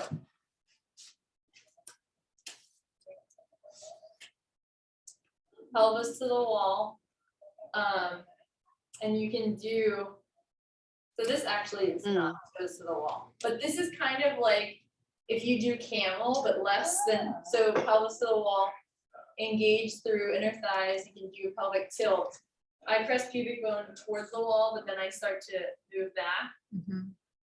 And just even like something like this, again, you can get really creative. That's one of my favorite things. As many, you all know from taking classes with me that I like to kind of play around with different things. So you can, do it in different ways. I was and still thinking access. also, well, like, abdominal squeeze, standing, Agnisara prep. Right. And I've started actually putting, like, when I teach it, I'll have people put the block widest ways between the thighs. Because for me, when I practice, it helps me feel collection and pulling up and in, yeah. Yeah, I mean, that's perfect. I mean, I will sometimes teach it that way too. And it's whatever works for you and works for your, students. So, the other thing that I was thinking too, just like flowing movements that that I can think of that are helpful is kind of going along those lines of Agnisara is instead of doing traditional Agnisara that way, kind of doing that side movement that we were doing earlier where you collect, it's inhale center, exhale, you squeeze to one side, you shorten that side, you pull up and in through the low belly, upper belly, come back to center and drop, and then go back to that side and scoop up and in. I'm not doing it fully because I'm not gonna throw up, but it's just like, but you pretty much, I'm going to probably burp though. But yes, but you pretty much go to one side, pull up and in, drop back to center. So it goes from, it really, I feel like it winds from the pelvis, but you're not really doing you don't have to do a root lock here, but you go over to the side and squeeze here, and then you draw in through low belly, pull back to center and drop everything. And then you go back and you stir. So that's a good one to loosen the back up. Another thing I was taught was, Before you move on, can I ask you a Sure. question about what you just said? Can you give a good cue? I think they take it, or someone, Susan, gave a good cue to like rest your hands on your legs so that people actually find that. Do you know what I'm talking about? So that they'll put their weight to their hands and straighten their arms and. So I mean, if there's walls available and people haven't done this before, I'll just say use a wall. But I either will have thumb and index finger spread like I do over right above the knee on the thigh, or you can do it this way. But the general rule of thumb is you don't want to bend your elbows and you want your arms to be an extension of your lower legs. Okay. So you're not gonna be like bending the arm, elbows. And I know my arms kind of look like I'm locking them out. You don't want to lock them out. And even when you are in this position, I mean, this is not the most comfortable. I mean, my hands, I feel it like so sometimes you just can't find like the most but it's like, what is comfortable? So for you, so maybe it is, if you have wall space, you bring your thumb to the wall, you're like virtually just light in your thighs. This is like beautiful. It like takes all the weight out. And then you can do the whole, you can even do the rolling thing back to center. And I love using the wall because you can really ground into it and feel your pelvis like moving. Where a lot of people have trouble with that, like they're very immobile and or not mobile in their pelvis. And so the rocking to make someone have to rock their pelvis and feel it is good to try at the wall, even for the low back. So What about that figure 8 thing we were doing before? yes, all that for the back. Yeah, that's all good for the low back. That'd be good to loosen. Yes. Before you get into. Yes. Yeah, any of that stuff is good for, warming up, kind of foundational stuff. I mean, I like teaching that stuff early on because then it's just like, okay, you're gonna expect or know that this is something I'm gonna incorporate into like a lot of different things. Instead of like, oh, we're doing this halfway through class. I mean, you can do it however you want, of course, but I just like to set it off, like diaphragmatic breathing, tune in, root locks, tune in, core, tune in. So it's like, it's already out there. Like these are the things you are gonna focus on. And you just keep reminding them, of course. But the other thing I was gonna say is this movement where legs are kind of wider and you inhale up, exhale, bend a knee, go down.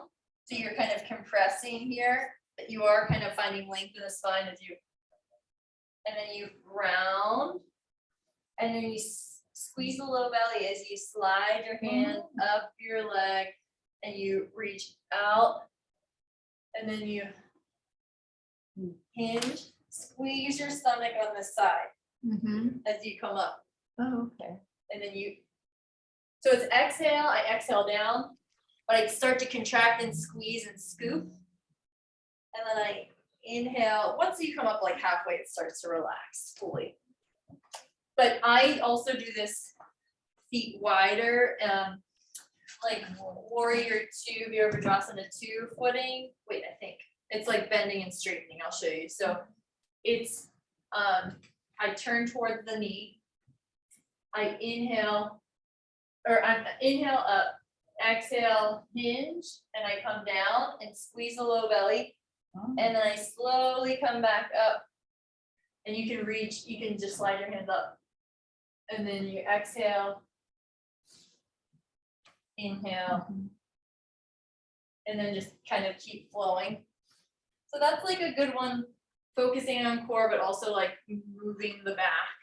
That's probably good for the glutes as well. And do you do it Yeah. straightening the leg too when you come up? Oh yeah, you're right. That's why I was like, thank you for saying that. Learn it in your class. Yeah, because it's bend, It's true.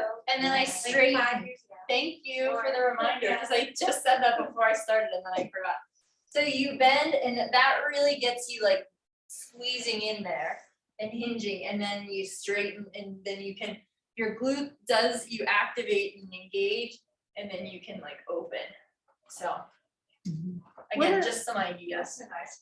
What about on the floor, some cat-cow stuff, because then it does the pelvis stuff, like you get against the wall. Yes, yeah, You can cat. grab the knees. Oh yeah, And then you really feel that rocking against the floor, if your Mhm. feet are apart at Yeah. all. you mean on your seat, like Like bum? seated, yeah, and then just cat-cow like this. Oh yeah, And you're getting that rocking against the floor, but I don't hold my feet really close, No, because there's not, yeah. so it's like, what's the curve? Kurmasana. Krimasana, yeah. And then you really get that same, what you were doing against the wall, is what I feel like Yeah, ends up happening. right, And I'm like, yeah. Yeah. You can do it with like you're doing right there, or I mean, honestly, you can be seated. I do that like in a warm up way in class at the beginning, just like seated cat cow. Just like, or you press into your thighs as like a way of like. The other thing I do in class a lot is circling, but I like to be seated on something. I don't like how I'm Yeah. seated right now. But that's another thing that, yeah, feeling stable when you're doing it, but like circling around can be good. Yeah. And just like loosening things up. So again, it doesn't have to be, it can be just, these simple movements can be really powerful. And just like stirring the bowl. And like this, not just like, I'm like the stiff board trying to stay straight, but like the thing, what you want to be focused on is what's happening down here in your pelvis. So think of it as a bowl and you're spilling out the content, so belly relaxes as you inhale forward, but when you exhale, you can draw in and come back, and then inhale, let the belly relax. So you're churning your stomach. You're not, so it's like more of this rolling that's going on. And again, that's like all pelvis, low back, low belly. So again, just something, it's just ideas as we're kind of talking through these things. Twist, standing.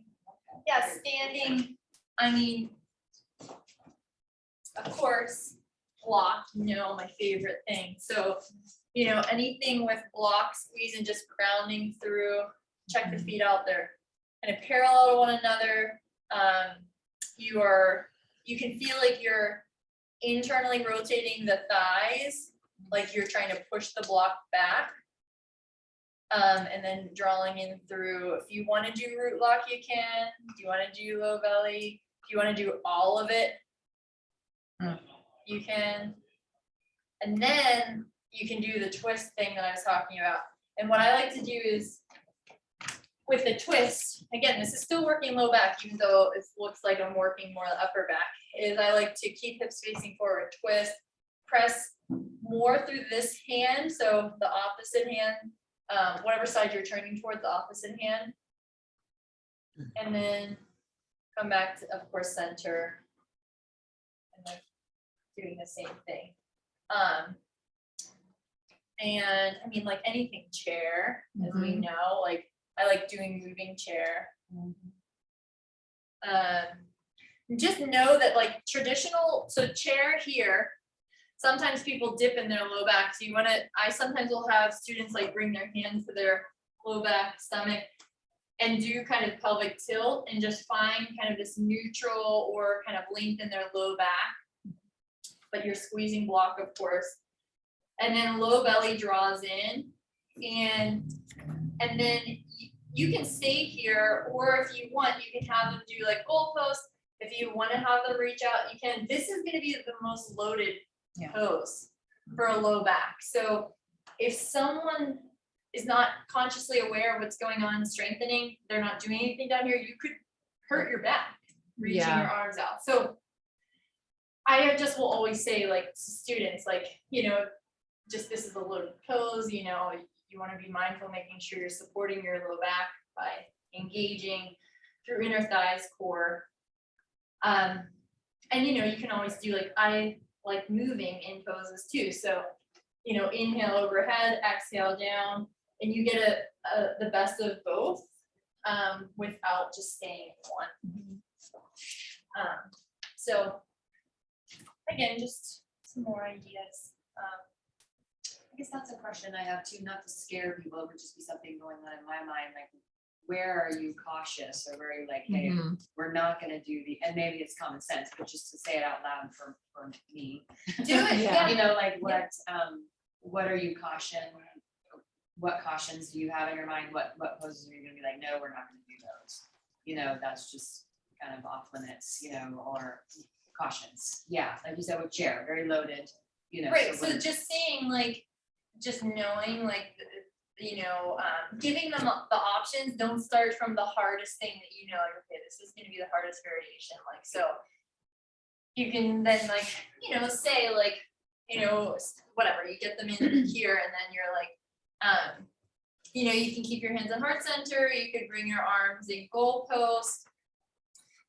If you reach your arms overhead, you know, with all the poses, you want to make sure your core is engaged, but especially if you reach your arms overhead, you want to make sure you are containing through inner thighs and low belly, because it is such a loaded pose for the low back, meaning your low back is going to get a lot of work. Like, I mean, it gets, I don't want to say strain because that's the wrong word, but it's going to be challenged by reaching overhead. So it's just set it up where it's, or that's how I would do it, is just do the least challenge.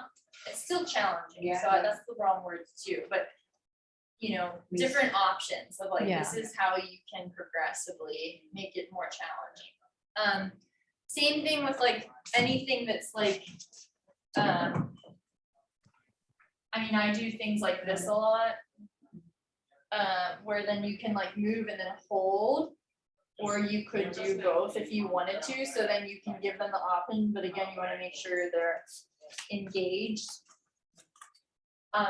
So just trying to think of anything else that's like overhead. I feel like nothing, like the Himalayan sequence is still gonna happen with people with low back issues, right? And I mean, I know we're gonna be doing many sequences, but and then it's all about, well, we've been focusing a lot on the core, but it's in whatever position you're in or posture, it's about modifying, giving options, like you Modifying, said. exactly, so Yeah. important, because the back, again, like, it's, especially if it's like something, I mean, again, you can say it in just a general class of like just being aware of like, if you have low back issues, you want to be aware of the X, Y, and Z. Or like, you know, even with twists, when sometimes people will reach out to the side, you know, and like that's not always possible for someone. Like, so instead of you doing it and being like this and say you can do it this way, and like everyone else is kind of like struggling here or something, I don't care if I can do the pose, I'll do like the variation that I know that is going to be more accessible for everyone, because it's not about me, it's about trying to like make it more inclusive, all inclusive for people to, you know, again, it's not about like, oh, I am so flexible, like, not that that's like what it's saying, but then it's sometimes like that, your students look to you as like, wow, my, you know, teacher did this thing or whatever. So maybe I show like, okay, you can come here or you can always bring your hand down. And then I always bring my hand down to something that's more accessible. And I, you know, can kind of like play around with hand placement. You know, if this would be more accessible, then this is where they go. You know, block under their hands so there's more space between their torso and their thigh so they feel more open in the twist. So again, knowing how to use your props is so important. If you have the props, use them.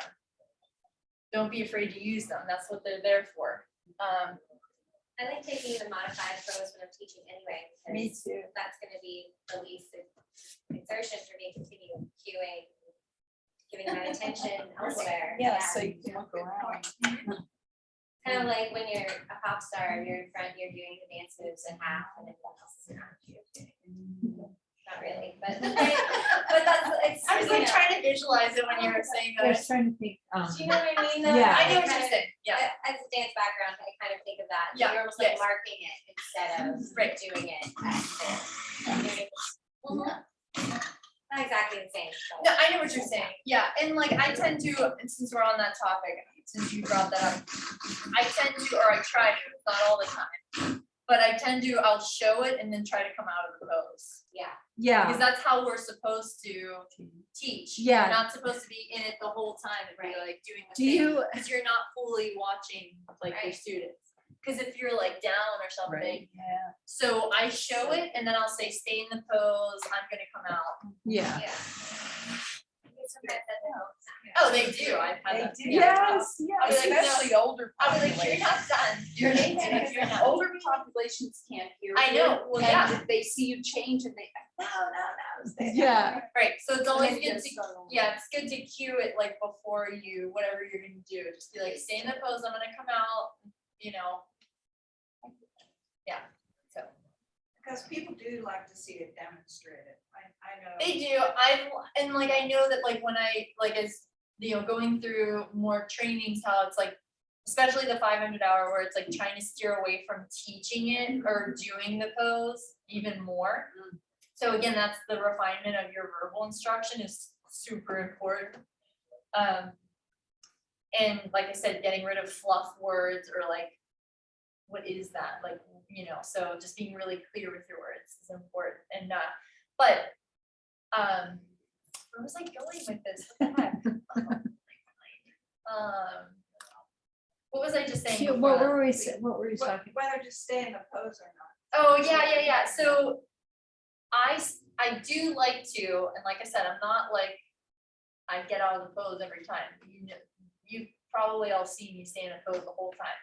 It doesn't matter, but the whole thing is you try to like get out of it more. Yeah. Yeah, And try to get out of your own like habit of, because it's comfortable, of course, when you're in it, you can be like, hey, you wanna do this or that, because you're feeling it and doing it. yes. But I always have said that that's why personal practice, your personal practice is so important. I mean, probably one of the best tools or learning tools for myself, when I did all my trainings, 200 and 500, was I was so dedicated with a personal practice, and I experimented and and that's how I learned a lot of the things, like came up with like some just different ways of doing it. Now, I'm not saying that I was the inventor of that or like, but it was just something that I was like, oh, this is great. Like, I like this, or, you know, and then I'd incorporate it into class. But again, it comes across so much more authentically when you've practiced it and it's embodied, and then it just comes out and you can say it, and it's not like, whatever the thing is, like, oh, I've always wanted to teach tree, but I never teach it, and now I'm gonna try to do it today. Like, it's like, no, practice it for a while and then go and teach it. Mhm. And like even teach someone, that's why when, you know, in teacher training, I don't know at this point, I think 200, but not the 300-hour, has you like teach someone else or teach a class or something. Like, it's good to teach others just to get the verbal, like, you know, whatever, a family friend or a friend, you know, family member. Mhm. So yeah, practice definitely is like, I would say a secret. It's not a secret, that's what it is, so helpful. Yeah. So I feel like, any questions or anything else, like, I know I talked a lot with this, I feel like, I think we covered. Oh, what do we want to create for the lower back? Stability, we talked about flexibility, yeah, I feel like those are the really the two big ones. Anything else popping up for anyone that want to say, or? I feel like a lot of, you know, in the warm-up part, a lot of hip openers, you know, the round the clock or happy baby and those kinds of things could be really helpful. I'm not sure at which point, maybe once you're warmed up, you should be doing those things, but for me, who does have low sciatic joint issues, I have arthritis there Oh, yeah. probably. Those things are hugely helpful. Well, so you know, and you know physically from your own personal experience what's helpful, so go off of that, that's inner knowledge that you have. I know that not everyone is going to have that, but it's still inner knowledge that you know, I have these issues, this is what helps. Most likely that's gonna help someone else or a lot of other people, it's not just like, oh, only you. So it will help, and whether someone has low back issues or not, it's gonna be helpful. So you don't have to like, you all don't have to worry like, oh my gosh, like it has to be specifically for, I don't know. If it's a specific population, of course, if you're working with like a one-on-one or a group, you can tailor it more, but in general, it's just what is going to help to loosen up the low back or create more stability and flexibility in there. And so, yeah, all those things, you know, like any of the, like the things we did earlier, like with here, I do this in class where if it's comfortable or put a blanket under, if this is comfortable for people, I give them the option, you can stay here or you can rock like a rolling pin and just let your back kind of get massaged and you can feel it like into the hip. And you can go as much as deep as you want to in this. You can make it really a small movement or bigger and you can go slow. Just kidding.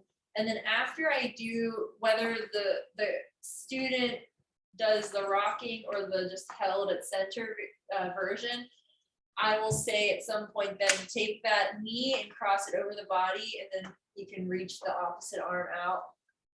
And if you want to support them with something under their leg, you can.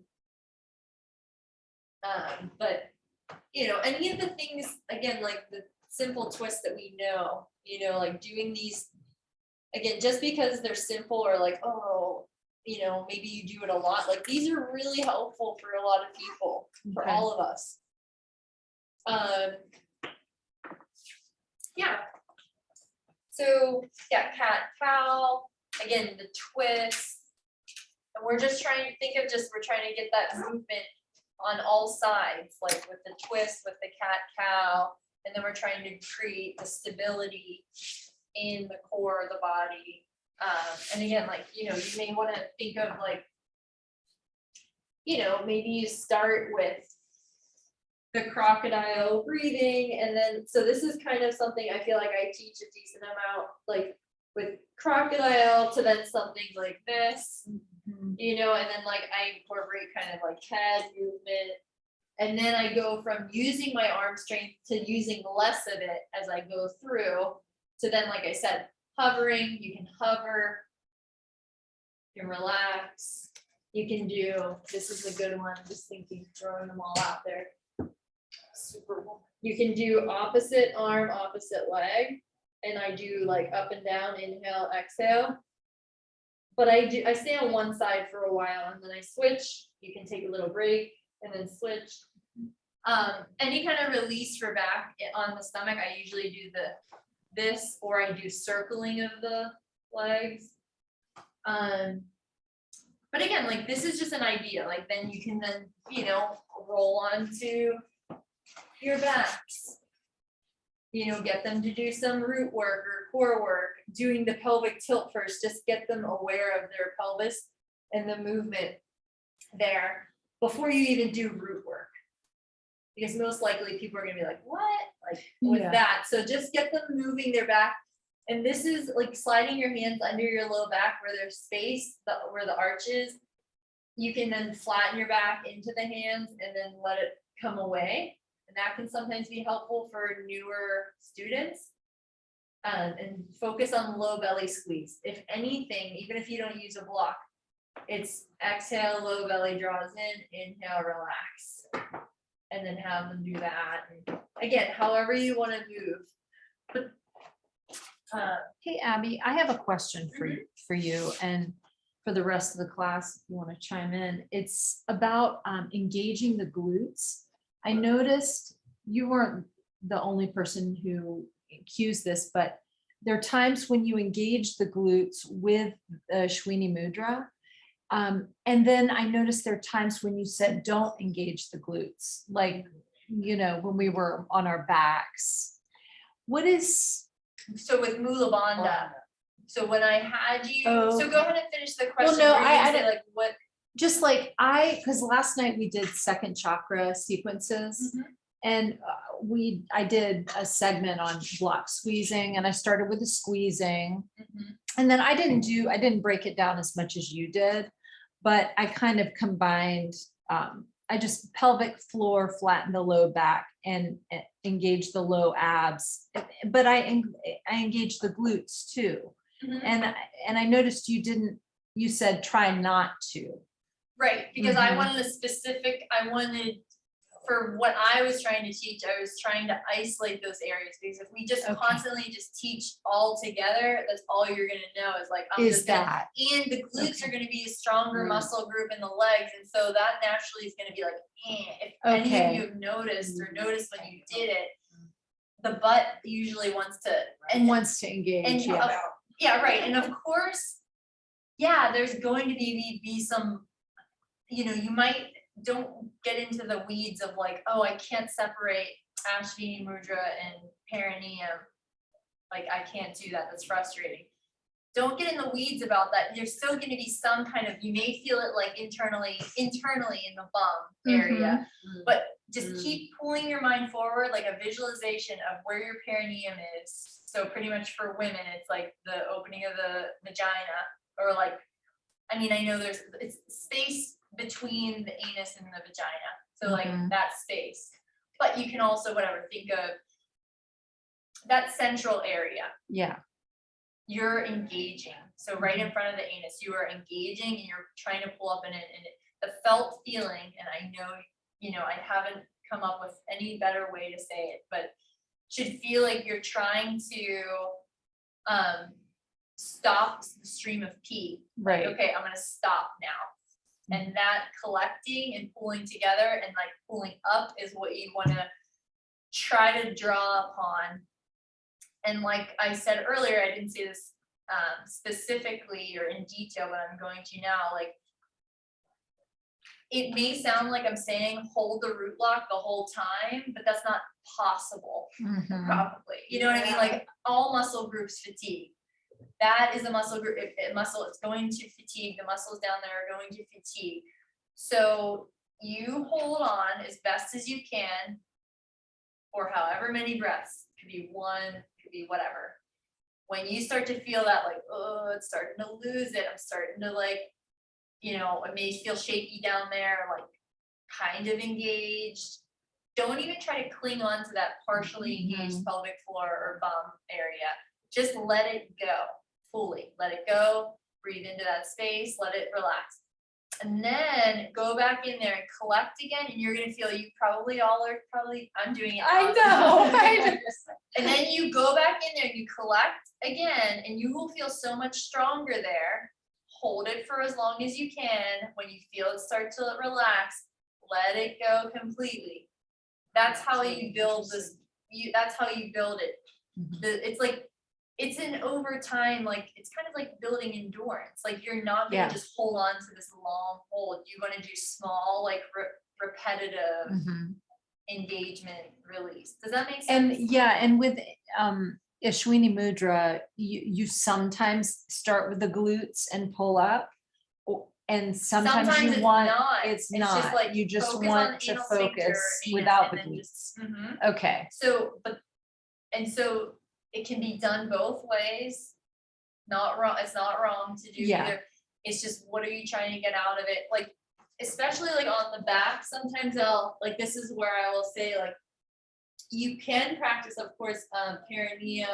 That's where I kind of practiced that today, but then you could do Ashwini Mudra where you'll feel the perineum engage anyways, but keep pulling your mind back to your anal sphincter muscles, and think about trying not to pass gas, like the worst gas you've ever had, or ever having to, like, if you had diarrhea and you can't go to the get to the bathroom. Focus on that kind of engagement and exaggerate it Okay, in your butt. Focus on it. okay, That is what you want to try to cling on to. And same thing, just like the pelvic floor. Let it hold for however long you can. When you feel it start to get shaky and like lose it, let it go and then re-engage. So you can do it without the glutes, or you can do glutes draw together, okay, focus. But the thing is again, like, what are we trying to do? I'm trying to, like, my intention behind, or what I wanted to get at, is trying to focus on a specific area and not both. It was like yeah, pelvic floor was the first thing, then we incorporated the low belly, then we did, I think, upper belly, excuse me. But if I had a longer practice that I was teaching, I probably would have said, engage Ashwini Mudra, and then you can do it all together, hold everything. But again, I only do that after I teach one thing at a time and have, like, you notice that within your body okay, to get familiar with it. thank you, that's great, thank you. Yeah. So that's all. I mean, I probably have way more to say about it, but I don't need to say anything more. I think, like, I feel pretty good with what we covered. Do you all feel like we covered enough to be able to make a routine, a 10-minute routine? Okay. So why don't you do that for the next 10 minutes? 10 minutes, 15 after.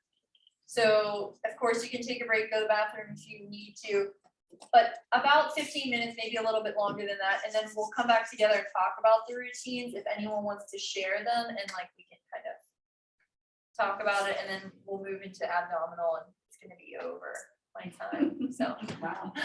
So we're each doing our own. Yes, everyone's gonna do their own.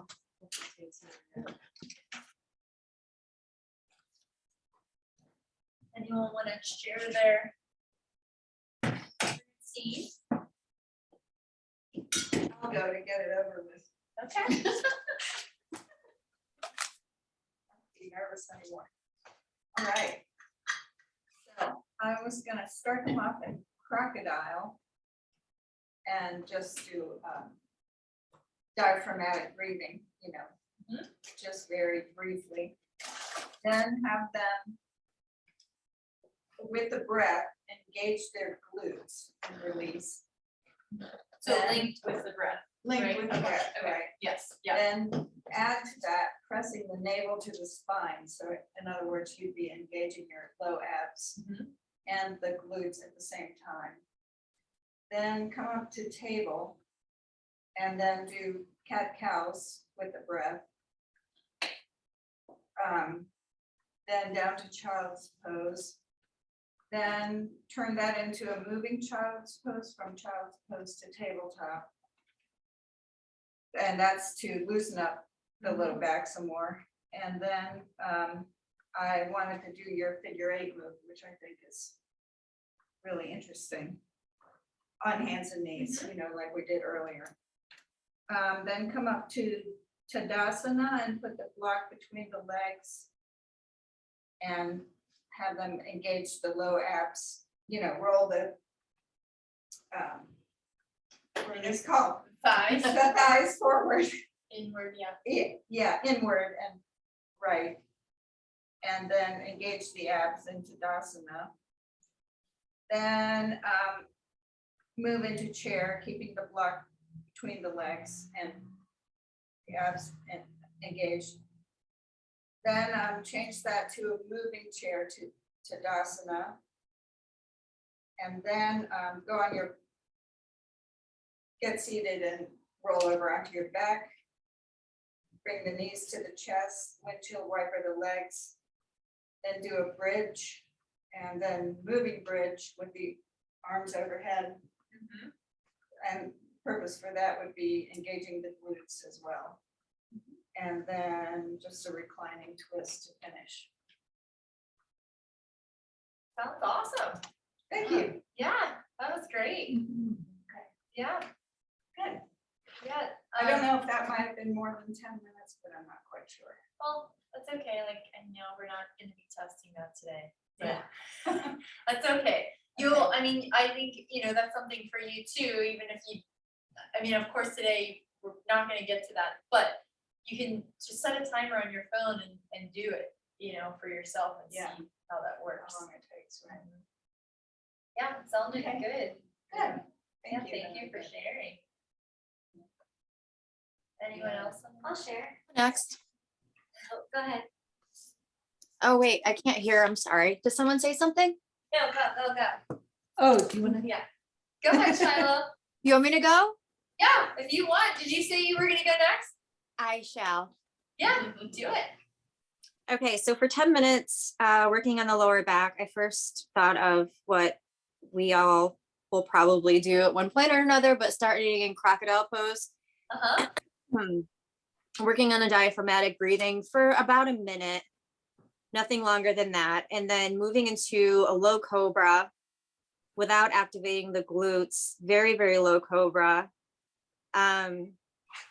Maybe 4 times, but like twice landing on the left cheek, twice landing on the right cheek, and then head down into crocodile, bend the knees and windshield back and forth really slowly. And again, not for too long, and then pushing back into child's pose for about 30 seconds.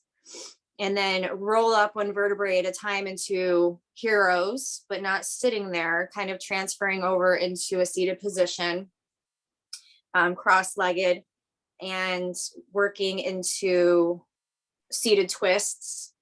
Not so much of the lumbar spine or the neck, but more in the lower back. So probably really like very slow and very small twists.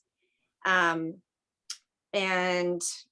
once we're done with that, going into a forward fold with legs out and hinging at the hips more than folding and getting the neck to push down, but more hinging at the hips, and moving into seated twists with bending at one knee and then, you know, putting one leg over and twisting to the left and then to the right.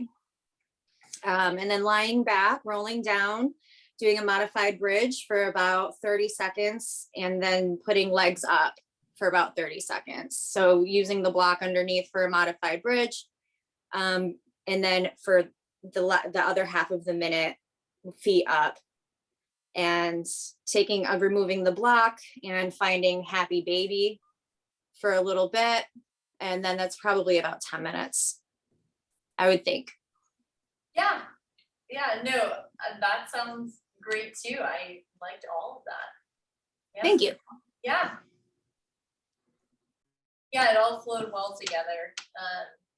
And I feel like, again, like I've been saying, I think with, depending on how long you make each thing, I mean, you can make it, I think, like more or less than 10 minutes. I think it just is gonna take some adjusting and practicing with that, which again, we're not doing today. But yeah, thank you for sharing. Did you wanna go? Yeah, I'll go. So I was actually gonna start with the bridge sequence, like with the block between the legs, starting with palms to the side, like a lot of focus on setting up the upper back. So starting palms up to make sure shoulders are down, and then turning palms down and really connecting awareness of the hands to the earth, as well as the low back with your breath. So on the exhale, pressing the low back down and coordinating that with the palms as well.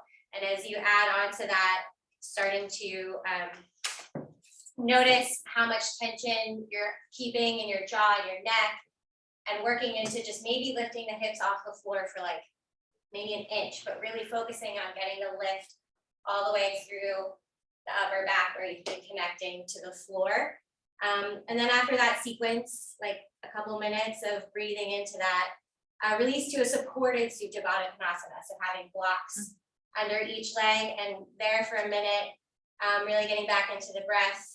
Hands can be on the body, feet flat, knees sway side to side, coming out of that, rock and roll to a seat, and then some seated cat cow, so with feet flat and knees bent, and then taking a twist to each side after that, that's straight back that you just really cultivated, so you can twist to the side, and then folding over in Kripanasana.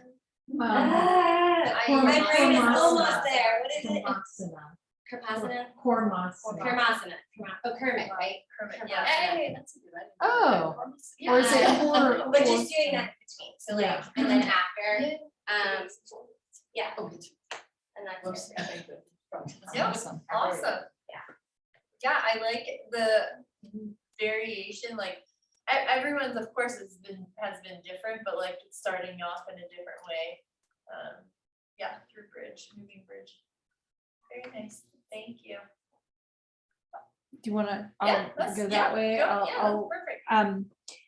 so I think mine not, I think I would do what you advised, which was just slow it down a little more. So this, I don't know if this is 10 minutes or okay. not, but I would start in, just on back with the knees bent and restore, what's that called? Restful, restorative, constructive rest. Yeah, constructive rest pose. And just a minute centering and warm up or centering. And then feet on the edges of the mat and just some windshield wipers with breath. So, you know, taking it slow, inhaling up, exhaling down, and then coming to basically what you did with the squeezes, the block. So first squeezing the block, then adding the Mula Bandha or perineum lift, then adding the low belly engagement and maybe a Shwini Mudra. And really taking that slow with the breath. And then maybe tenting the knees for a moment to feel the effects of it. And then windshield wipering again, maybe holding and feeling the twist a little longer. And then flipping over and coming to cat cow and doing some normal cat cows. And then not exactly figure eight, I didn't have in mind, but just some more of the cat cows where you can kind of get into the side of the body. So a few in one direction, a few in the other, and then slide onto the belly and do some low cobra lifts with the breath. And I usually do what you do where you lift, you know, you don't use your hands to press, but then on the whatever lift, the fourth one, you hold and hover the hands and breathe.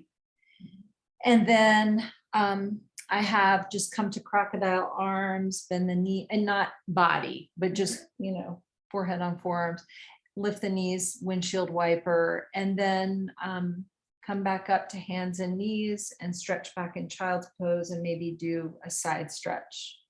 And I didn't come up from the floor, so yeah. So yeah, side stretch with child's and then maybe just resting for another minute. Yeah. To feel the effects. Very nice. Thank you. You're welcome. Thank you. Who's next? I'll go. Maybe not my best. Starting in crocodile, working through some breath awareness, and then drawing the left heel, so the legs are going to stay apart, drawing the left heel towards the buttocks and then slowly releasing it. Right heel comes into the buttocks, slowly releasing it. Both heels come into the buttocks, internally rotate, and the soles of the feet will touch. A light pressure, exhale into the soles of the feet, release. This starts priming through the pelvis, and then again, release. And then if you want to take it one extra level, you can press the soles of the feet together and then just lift the knees off the floor very subtly, half an inch or less. And if anybody feels any discomfort at all during that time, discontinue, but it can be diagnostic for back discomfort. And then just rest with both feet extended, and then reverse windshield wipers, rolling onto the back, just very gently drawing the knees in, sacrum rock, little round the clock, and then moving into pelvic tilts, just gently drawing the knees into the chest, straightening the arms, and just letting the pelvis rock naturally with, and then becoming aware of the navel center towards the earth, and then the small arch in the back. And let me see, that was pelvic tilts. Right knee in, hold, so as stretch, left knee in, hold, Akonasana, both knees in. And then hands into the thighs, so feet are in bridge prep, pressing the hands into the thighs to contract the abdominals, drawing awareness to the pelvic floor lift between the hip points and the navel center. Gentle bridge on 2 blocks, so both feet on blocks, just a light lift, kind of allows the person to feel freer in the low back. And then while they're up in bridge, ask for a little length, to find length in the low spine, just to open that SI joint in the back. Windshield wipers as they come down, cat-cow, rolling over cat-cow, being aware of the pelvic floor lift, or a little AP will work with that. And then rolling back onto the belly, and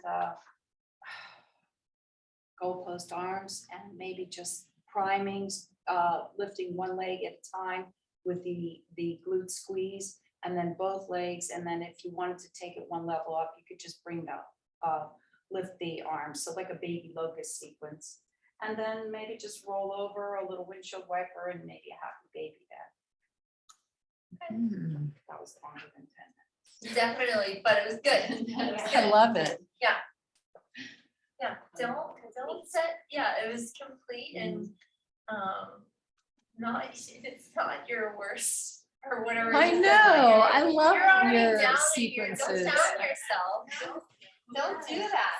Thanks, Kate would say the same thing. Yeah. I stop know, it, Stop it, self-compassion. Oh. Self-compassion. It's so hard though, I when you're think so. around a bunch of teachers and you're like, well, Yeah.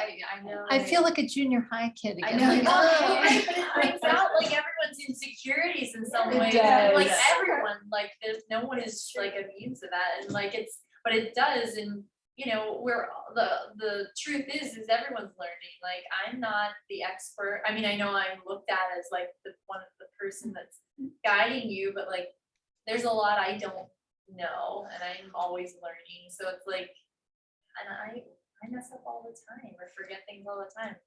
And I just like, it is the way it is. I mean, whatever, I don't It's know. really nice that teachers here. Yeah. Kind of, and senior teachers, Very like cute. yourself, kind of just take that off to the side, just Mhm. like, hey, we all are learning. Yeah, I mean, we are though, like, I mean, it's like, it's, no one is perfect, so. But it's appreciated when it's voiced, I know it should go without saying, but I appreciate when Yeah. teachers that you look up to voice that, hey, I'm still learning too. Mhm. Oh, thank Yeah, did you all ever learn whatever that framework is for learning, which is unconscious incompetence, conscious incompetence, unconscious competence, or something, I can't remember, but I read something recently that reminded me of that.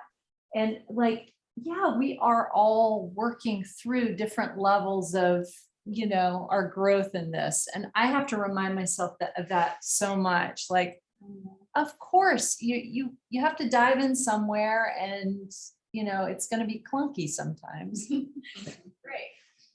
Right, and just knowing that, I mean, you're supported here, no one's, it's a supportive environment, so even It though you is. may feel like, oh, I don't know, like, people are judging me. It's truly an Like, educational center. You're supported here. I mean, this is where you should be able to like, whatever, mess up and be like, I don't know, or say, I don't know, and not be like, you know, it's okay, like, it's okay to not know. Mhm. So, yeah. So,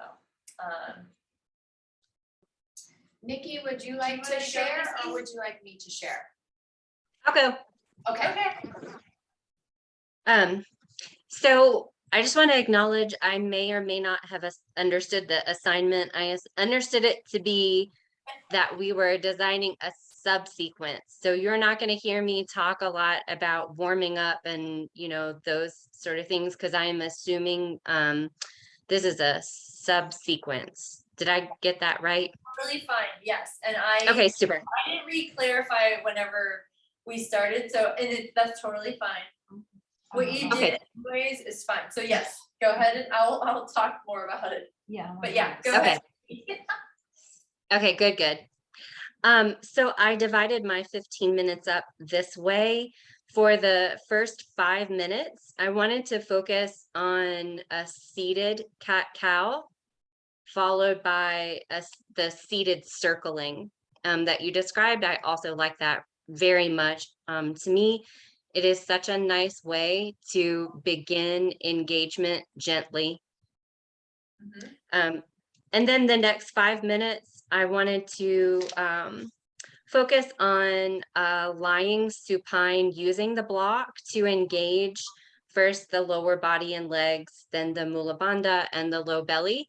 And I may or may not make that into like a full bridge exercise. I would just want to read the room, you know, who's there, what's going on, what's the time of day, season, how do they feel?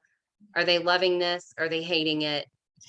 You know, and you can do a lot depending on the group without that bridge. So it depends also on their previous experience. How long have they been a student with me, or are they brand new? Whether or not I would incorporate the bridge. And then come to standing to pause for no. Then come to standing to practice the Vera 2 that you described earlier. I do also really like that. I probably wouldn't teach it as deep, you know, with as far of a forward fold, and probably much slower. And then I would ask everyone to come to pause in Tadasana to just re-cue yogic breathing. Because, you know, we're working and we're doing a lot of mechanical stuff, but ultimately the point, you know, is to make the connection, the relationship between the breath and the physical movement and all of the other bodies. So I like a nice pause in there for everything to just sort of digest and to crystallize. And then I would spend the whole last 5 minutes teaching Agnisara at the wall with and without a block, so that we can go nice and slow and take as many breaks, you know, are as needed, indicated by the group. And because it's a more technical practice, I think it requires more verbal cueing than I generally like to give. And so I think having time to practice, talk about it and cue a little bit, and to practice some more, and then breaking it up, because that's hard on the legs sometimes. And that would be my subsequence. Nice. Thanks, Nikki. Yeah. Thank you. Thank you. You got it. All right. Last but not least. That's right. That's right. All right, so harkening back to Anna, and I would start the same way in crocodile pose. And focus on body stillness and diaphragmatic breath. And then bring the legs together and do some Ashwini Mudra, so squeeze and gentle release of the glutes, focusing on the back body, squeezing and releasing a few times, and then remaining and finding that deep breath again, low breath. Maybe if they wanted to start to think about drawing in the pelvic floor and the low belly as well. And then rest, sway the feet from side to side on the belly. And then moving into the half locust that you had mentioned before, so hands by the underneath the shoulders, squeezing the glutes again, legs are active, lifting and lowering, bringing the hands by the ribs, lifting and lowering, lifting and remaining, hovering the hands. And again, 1 time, 3 times, somewhere between 1 and 3.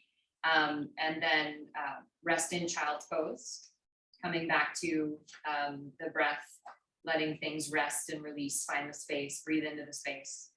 And then roll over onto the back and feet to the floor, knees bent, taking the hands to the low back, starting to focus on the front body now, and doing the pelvic tilts into the hands, in and out, and then remaining, pressing the low back down, removing the hands.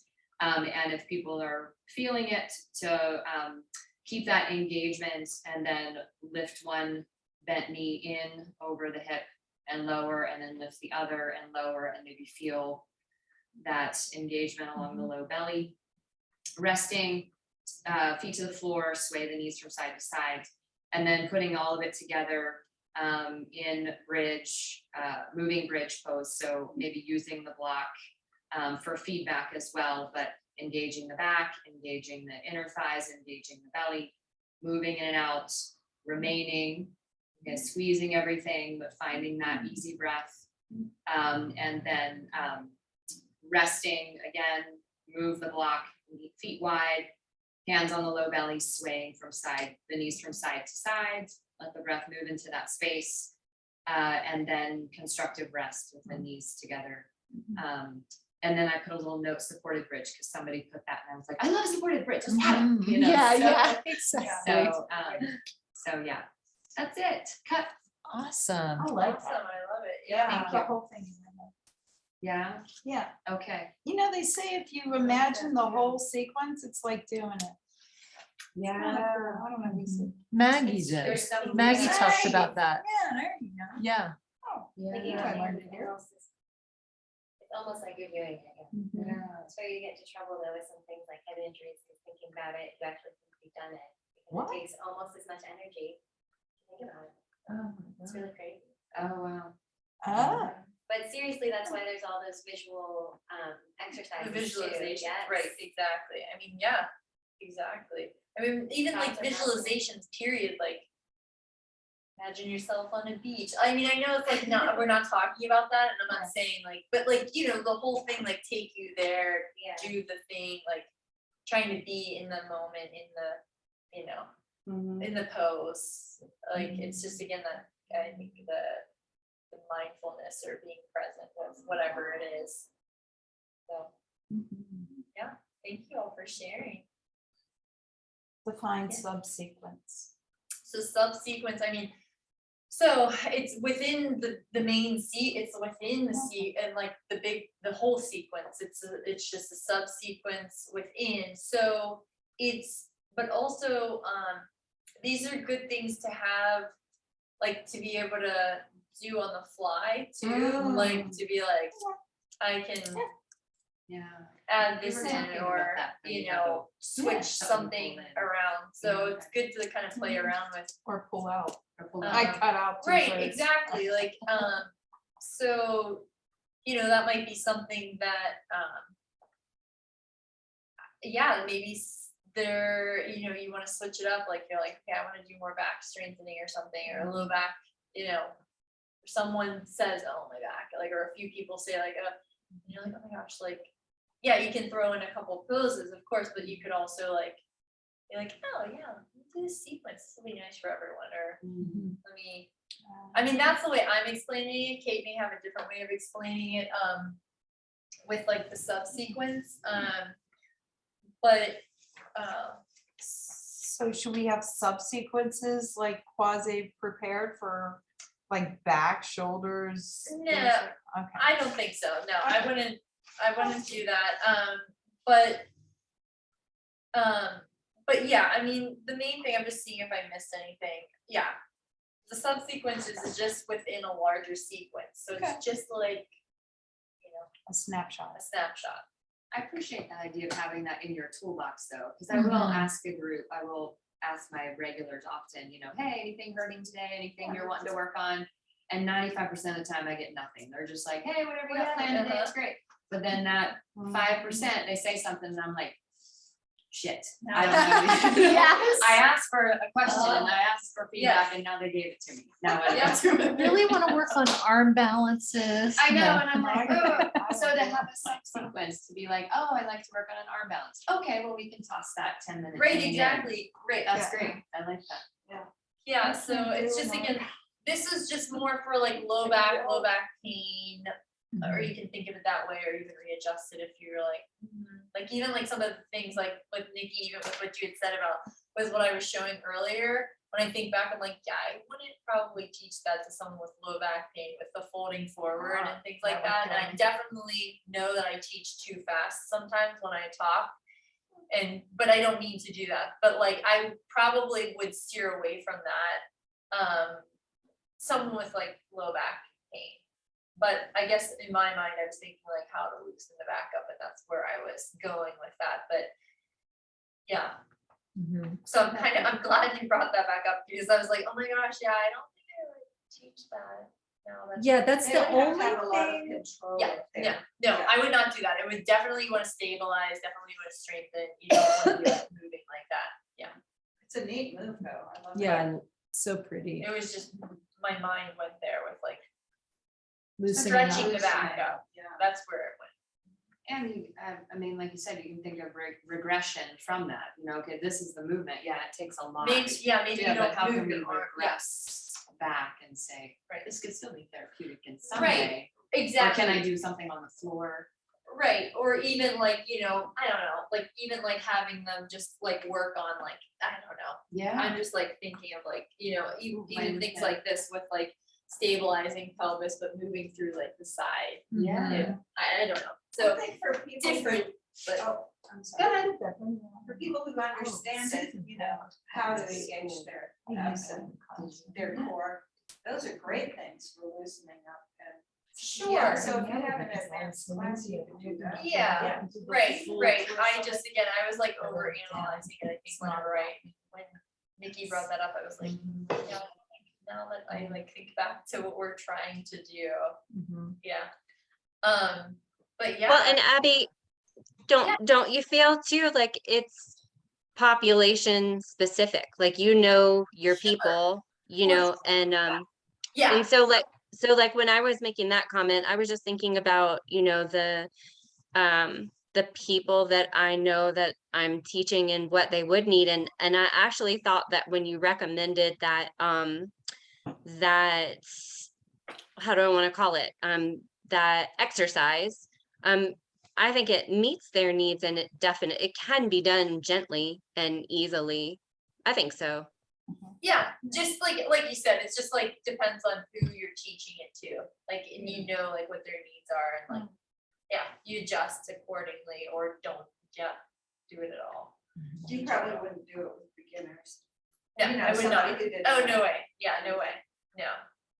Again, think like foundational things, like moving pelvis, like rocking, Even that, but- it's so hard for people to get that. the pelvis rocking, I Yeah. know, like I said, like people are very like stuck in that space. It holds a lot. They hold a lot in their hips, their low back. Plus Pelvis. childbirth, any scarring from Well, sure. surgeries in women. right? Sure, right. I mean, there's so much like in the layers, beyond, just different life experiences. I mean, Yeah. just so many things, again, like emotional holding, Mhm.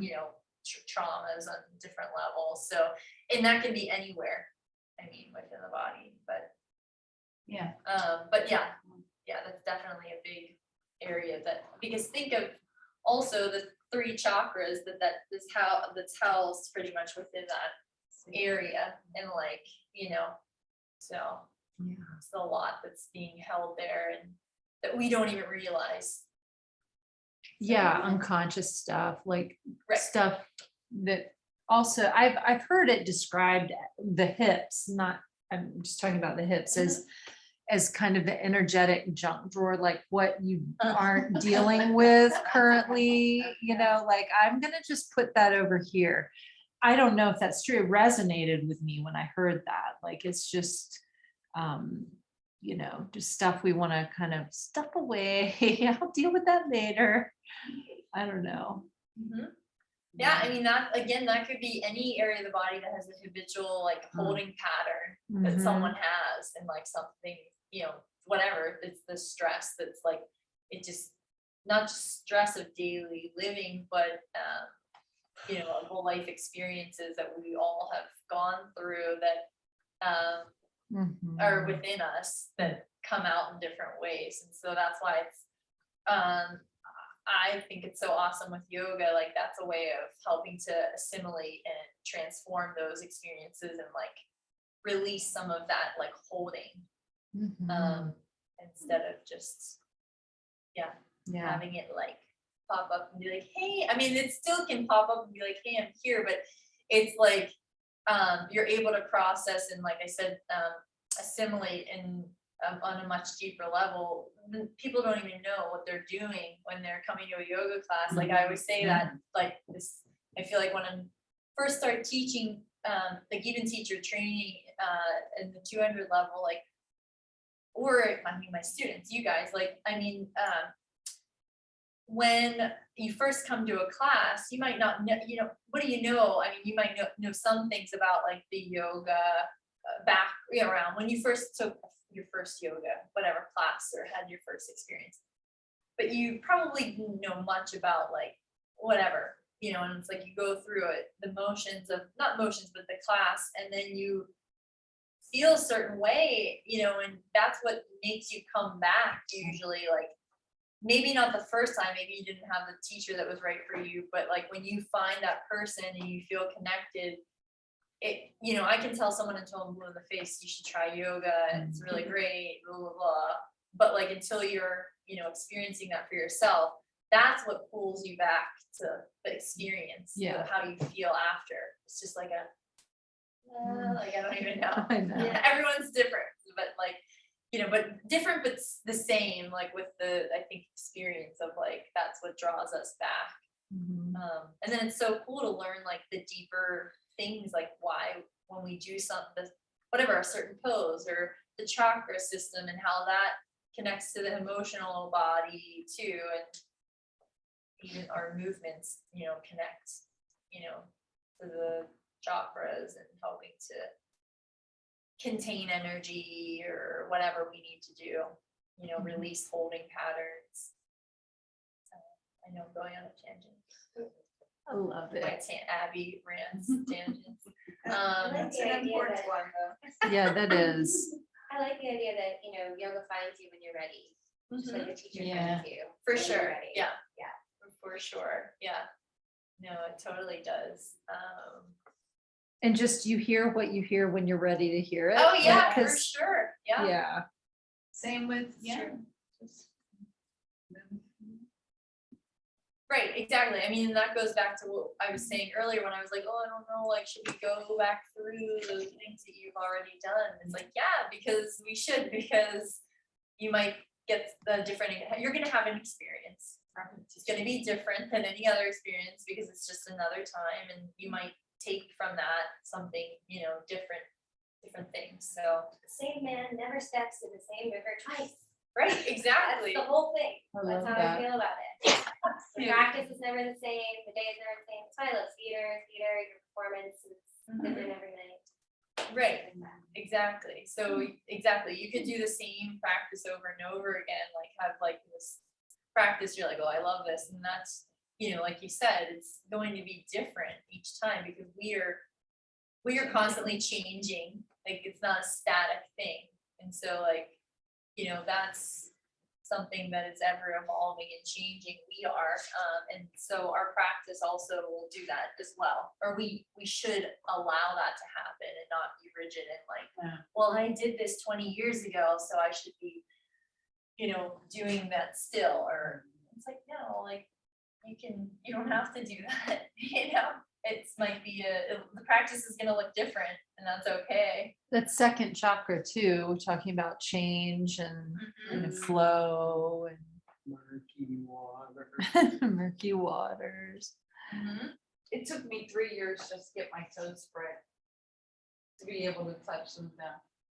It was just like amazing. Wow. The day I looked down, I was like, I can do it. Yeah. It's so, that's what the surprises that come with the evolutionary change if you're willing to look for them. Mhm. Yeah, like when the pelvis finally got a little more free, Mhm. And you bring that that's to your teaching. Right, You exactly. bring that to your Right. teaching. That's what makes it so great, is you have experienced that. Right, exactly, and that comes, of course, like you said, it comes through in your teaching and like your personality and your, and your way that you express and the way that you're teaching the pose, and that's again the beauty of like each one of us like teaching something that can be the same thing, it's gonna be different. Yeah. And it's like our personalities mixed in with that, it's not just this like generic thing. Yeah. So, yeah, I know we didn't get to the abdominal, but I feel like I don't really feel bad about that because you already are pretty much set up. I did a lot of abdominals. I know like we did a lot of root and core, maybe not so much like specific abdominal things, but I feel like you have a lot of background knowledge and knowing like how to engage the abdominal muscles. I mean, and again, I would say the practice was going to be same thing, 10-minute routine for the abdominals. What are the things that you want to look for in strengthening that area? I mean, what do we want to look for? Strengthening, stabilizing. But also we want, I don't know if I want to say flexibility, but we want some sort of expansion there. So it's not like the habitual holding that I was talking about, that we want to be able to be flexible there and open and breathe into that space, but then also be able to build a strong container that isn't us holding in, but it's just we've strengthened those muscles. So like when we relax, it's strong. Does that make sense? So the Yeah, container yeah. is strong. So why is it important to strengthen the abdominal wall so the container is strong even when you're not holding it in? Yeah, So like- so the container is So the consistently able to hold Like, itself. yeah, there's not like a collapsing within, you know what I mean? Like it's, Yeah. you've built the strength in the surrounding areas that need supported, so. Like to create You're- a sustainable container. Right, exactly. So you're able to, again, like I said, like find a comfortable, whatever seated position, standing position. Not that you don't have to then like kind of correct and make sure you're lengthening, but it's not so much of a struggle, you know, because you really focused on, creating the, I can't think of the word, keep wanting to say stability, but, I can't think of it, but yeah. The other, So what are you thinking, like fire Support. series? so and- rectus abdominis, Yeah, okay. transverse abdominis, Yeah, so think got it. pubic bone Yeah. to sternum. I'm just gonna do a really quick, like, so I do block between you can do block or without block, but press into the thighs, low belly, upper belly, squeeze. Yeah. And you not visualize, but think of drawing pubic bone towards your sternum. Try to keep your bum relaxed. Mm, That is where you want to really isolate, because we just want low belly, upper belly. Okay. And then I take my hands away, but keep that engagement going. So you could like have hands on your stomach. And then, so that's that's rectus abdominis. Transverse horizontal is I do block widthwise between the knees, feet together.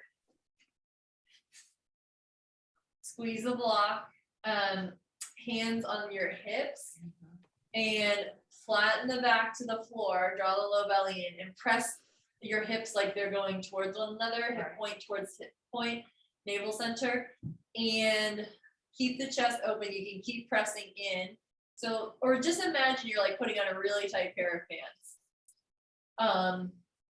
But you can keep that engagement going. It's similar. You start pressing in, but then you let your hands come away. And you keep feeling like you're drawing hip point towards hip point. So keep that visualization is really important, or I think it's important here. So we're horizontally engaged, where the other one was the pubic bone to sternum. So then I marry the two together where I will do hands back to the thighs, do pubic bone to sternum, and then I do hip point to hip point, and I keep both of those going, rectus and transverse. With a wide block. With a wide block, and you jam on that wide block, like Yeah. you really jam on it. And you will feel your core like activate. Yeah, there. So yeah, that is one of like my favorites too. I mean, I have so many. Yeah, but that's a good one that I have in my notes.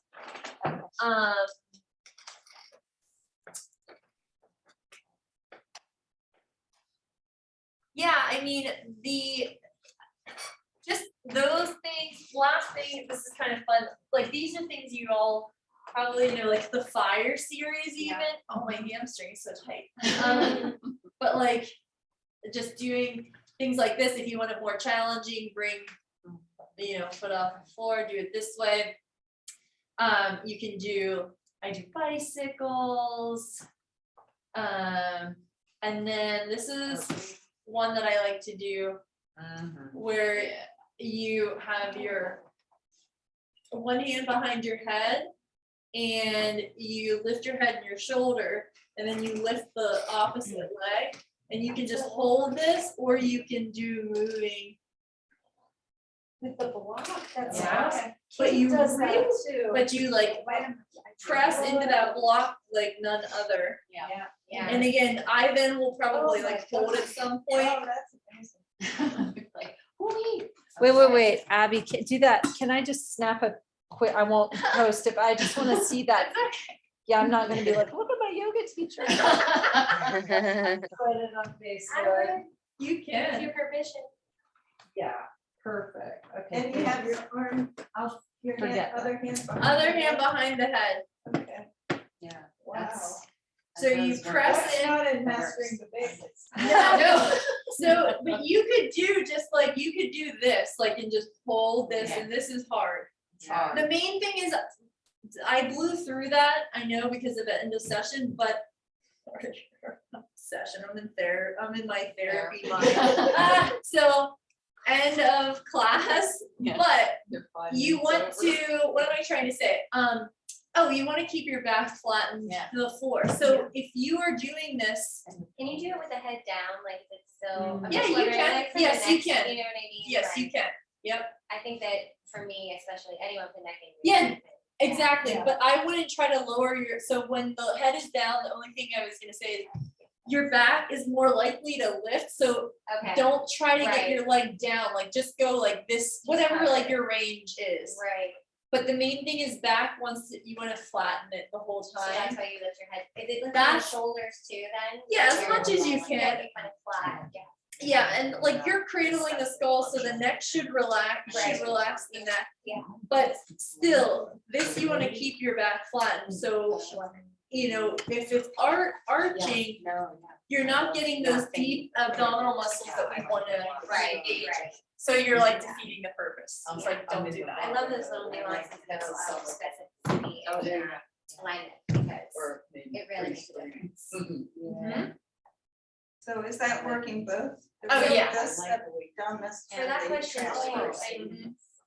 details, sorry, when you're moving a leg, a little bend in the leg, straight leg, I doesn't matter, do- straight for this one. Straight, I do straight, but of course, like if someone's tight, like it doesn't matter, like if they're Right. tight, then they can do, it's fine. Sure, yeah. But the main thing is back flattened. If you see someone with tight hamstrings and they're like, it doesn't matter, just let them Sure, do it, but yeah. the main thing is back flattened. And yeah, That's so unique, I'm not a. I know, that is so cool. so, This one, oh, that was Susan. I know it's over. and, Can I ask a question? sure. We have Okay. a question. I know, I'm so sorry. Did you have a question? No, you have No, sorry. And maybe just you can point us towards a resource even, but I'm thinking of when I have not had children, nor will I, and so I don't understand like I've heard of the diastasis recti and, all of that, and the things that happen with women Mhm. and that, so, yeah, what cautions or what kind of So- helpful things? That's a good question. I would ask Kate. Okay.